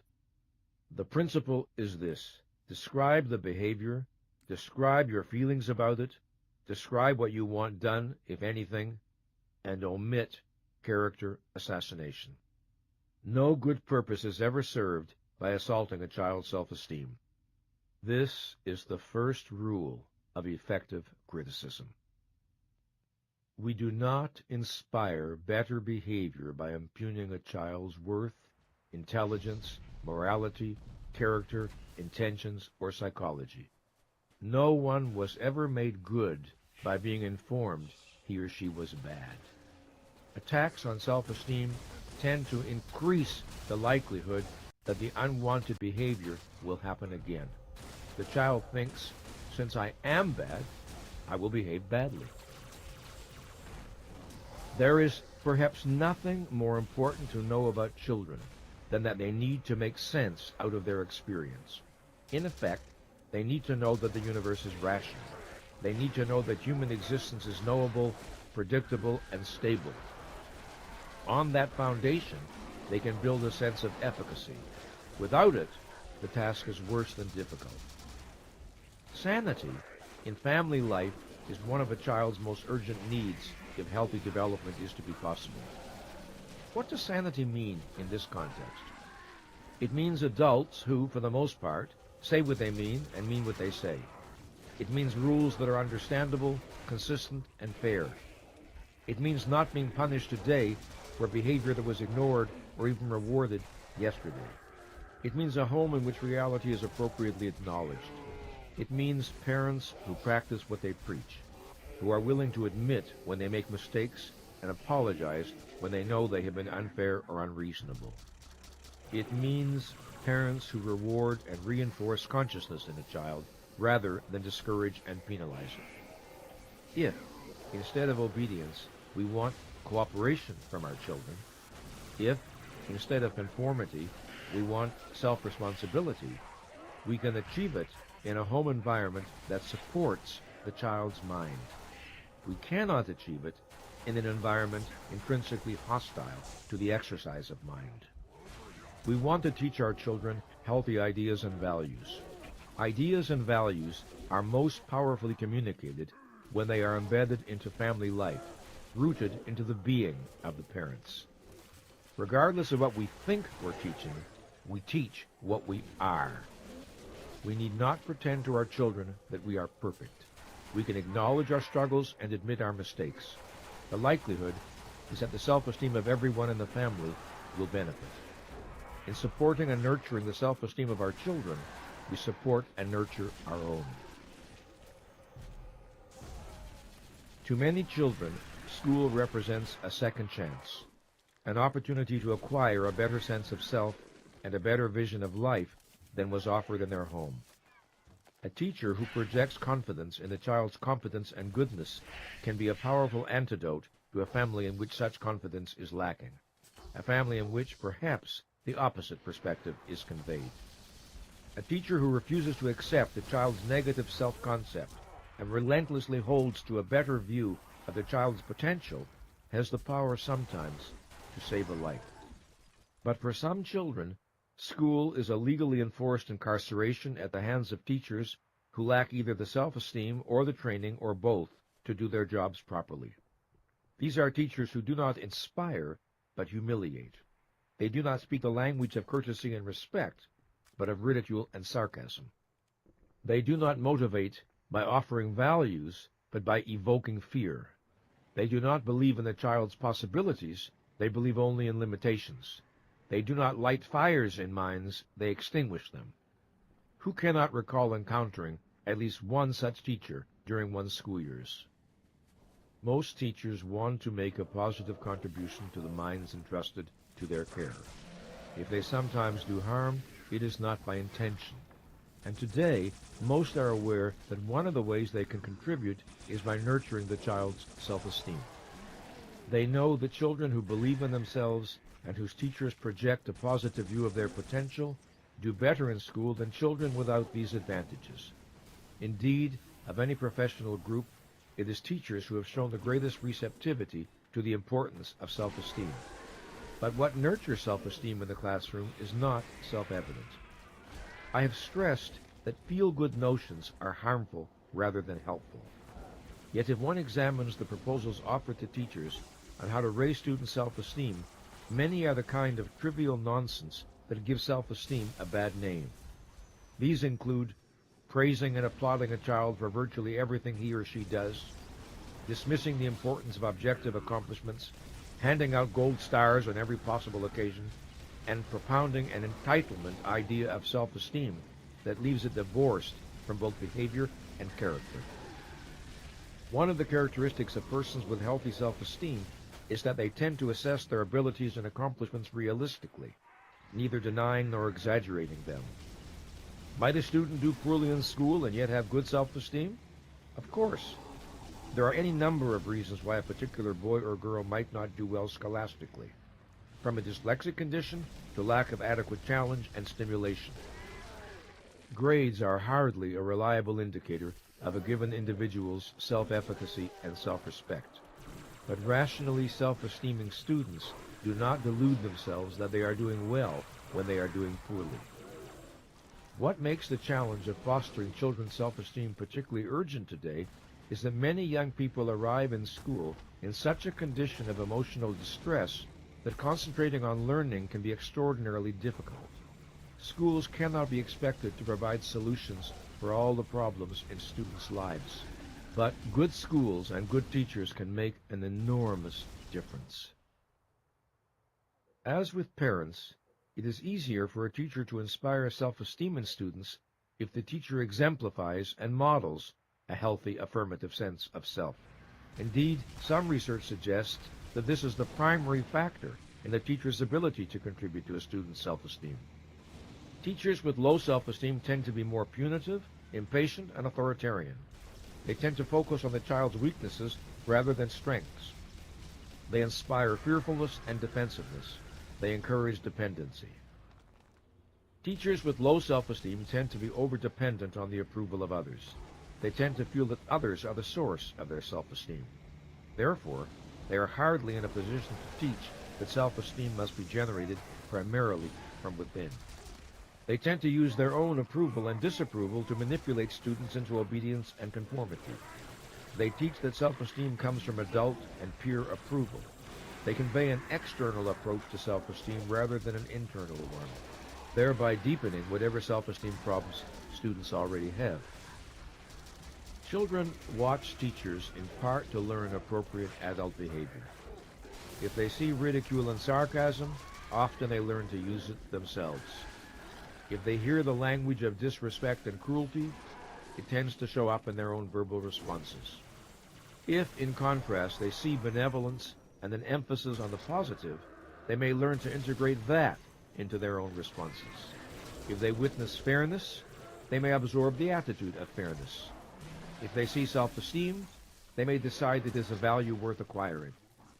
What a great teacher, a great parent, a great psychotherapist, and a great coach have in common is a deep belief in the potential of the person with whom they are concerned. They possess a conviction about what that person is capable of being and doing, plus the ability to transmit that conviction during their interactions.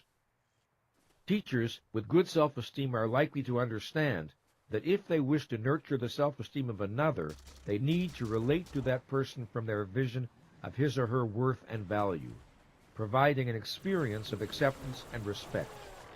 They know that most of us tend to underestimate our inner resources, and they keep that knowledge central in their awareness.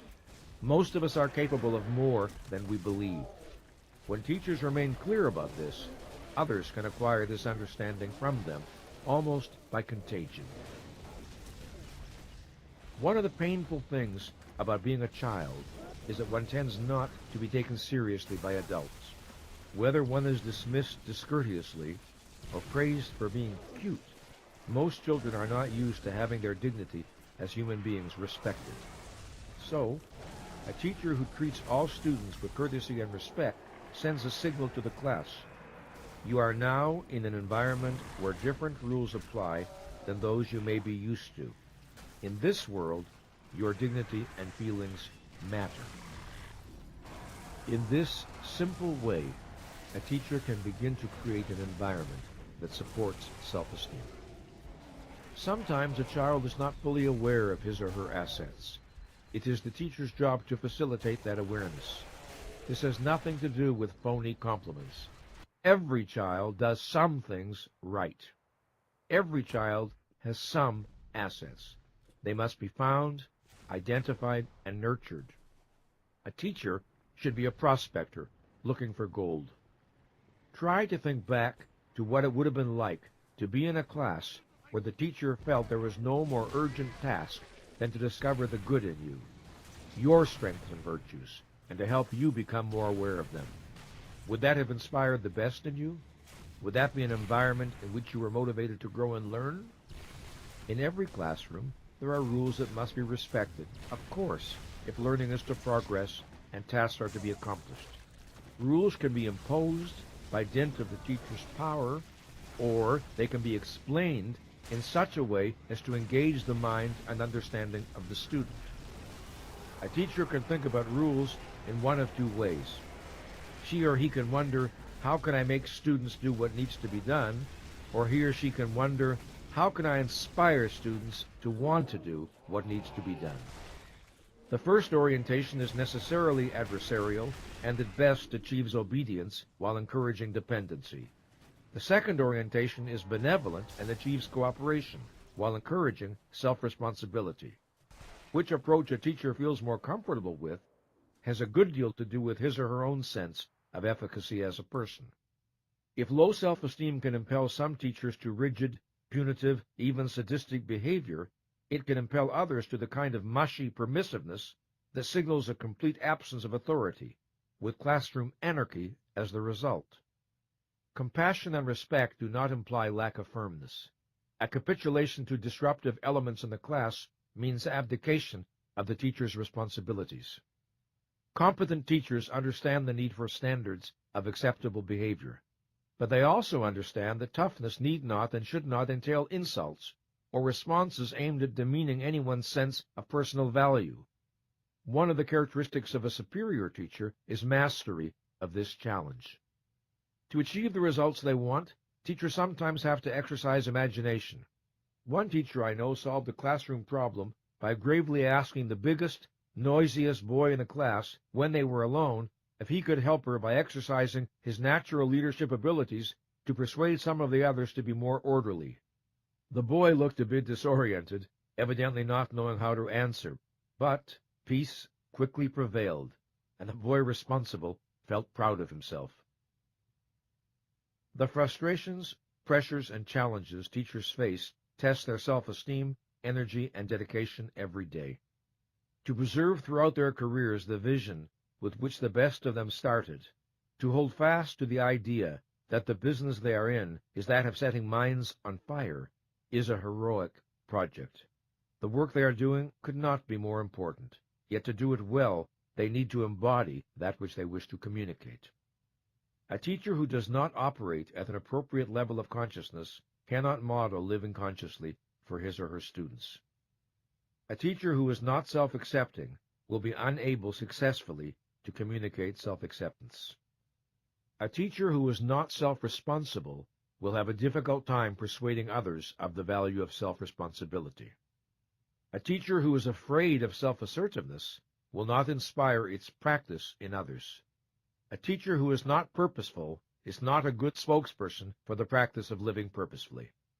A teacher who lacks integrity will be severely limited in the ability to inspire it in others. If their goal is to nurture self-esteem in those entrusted to their care, then teachers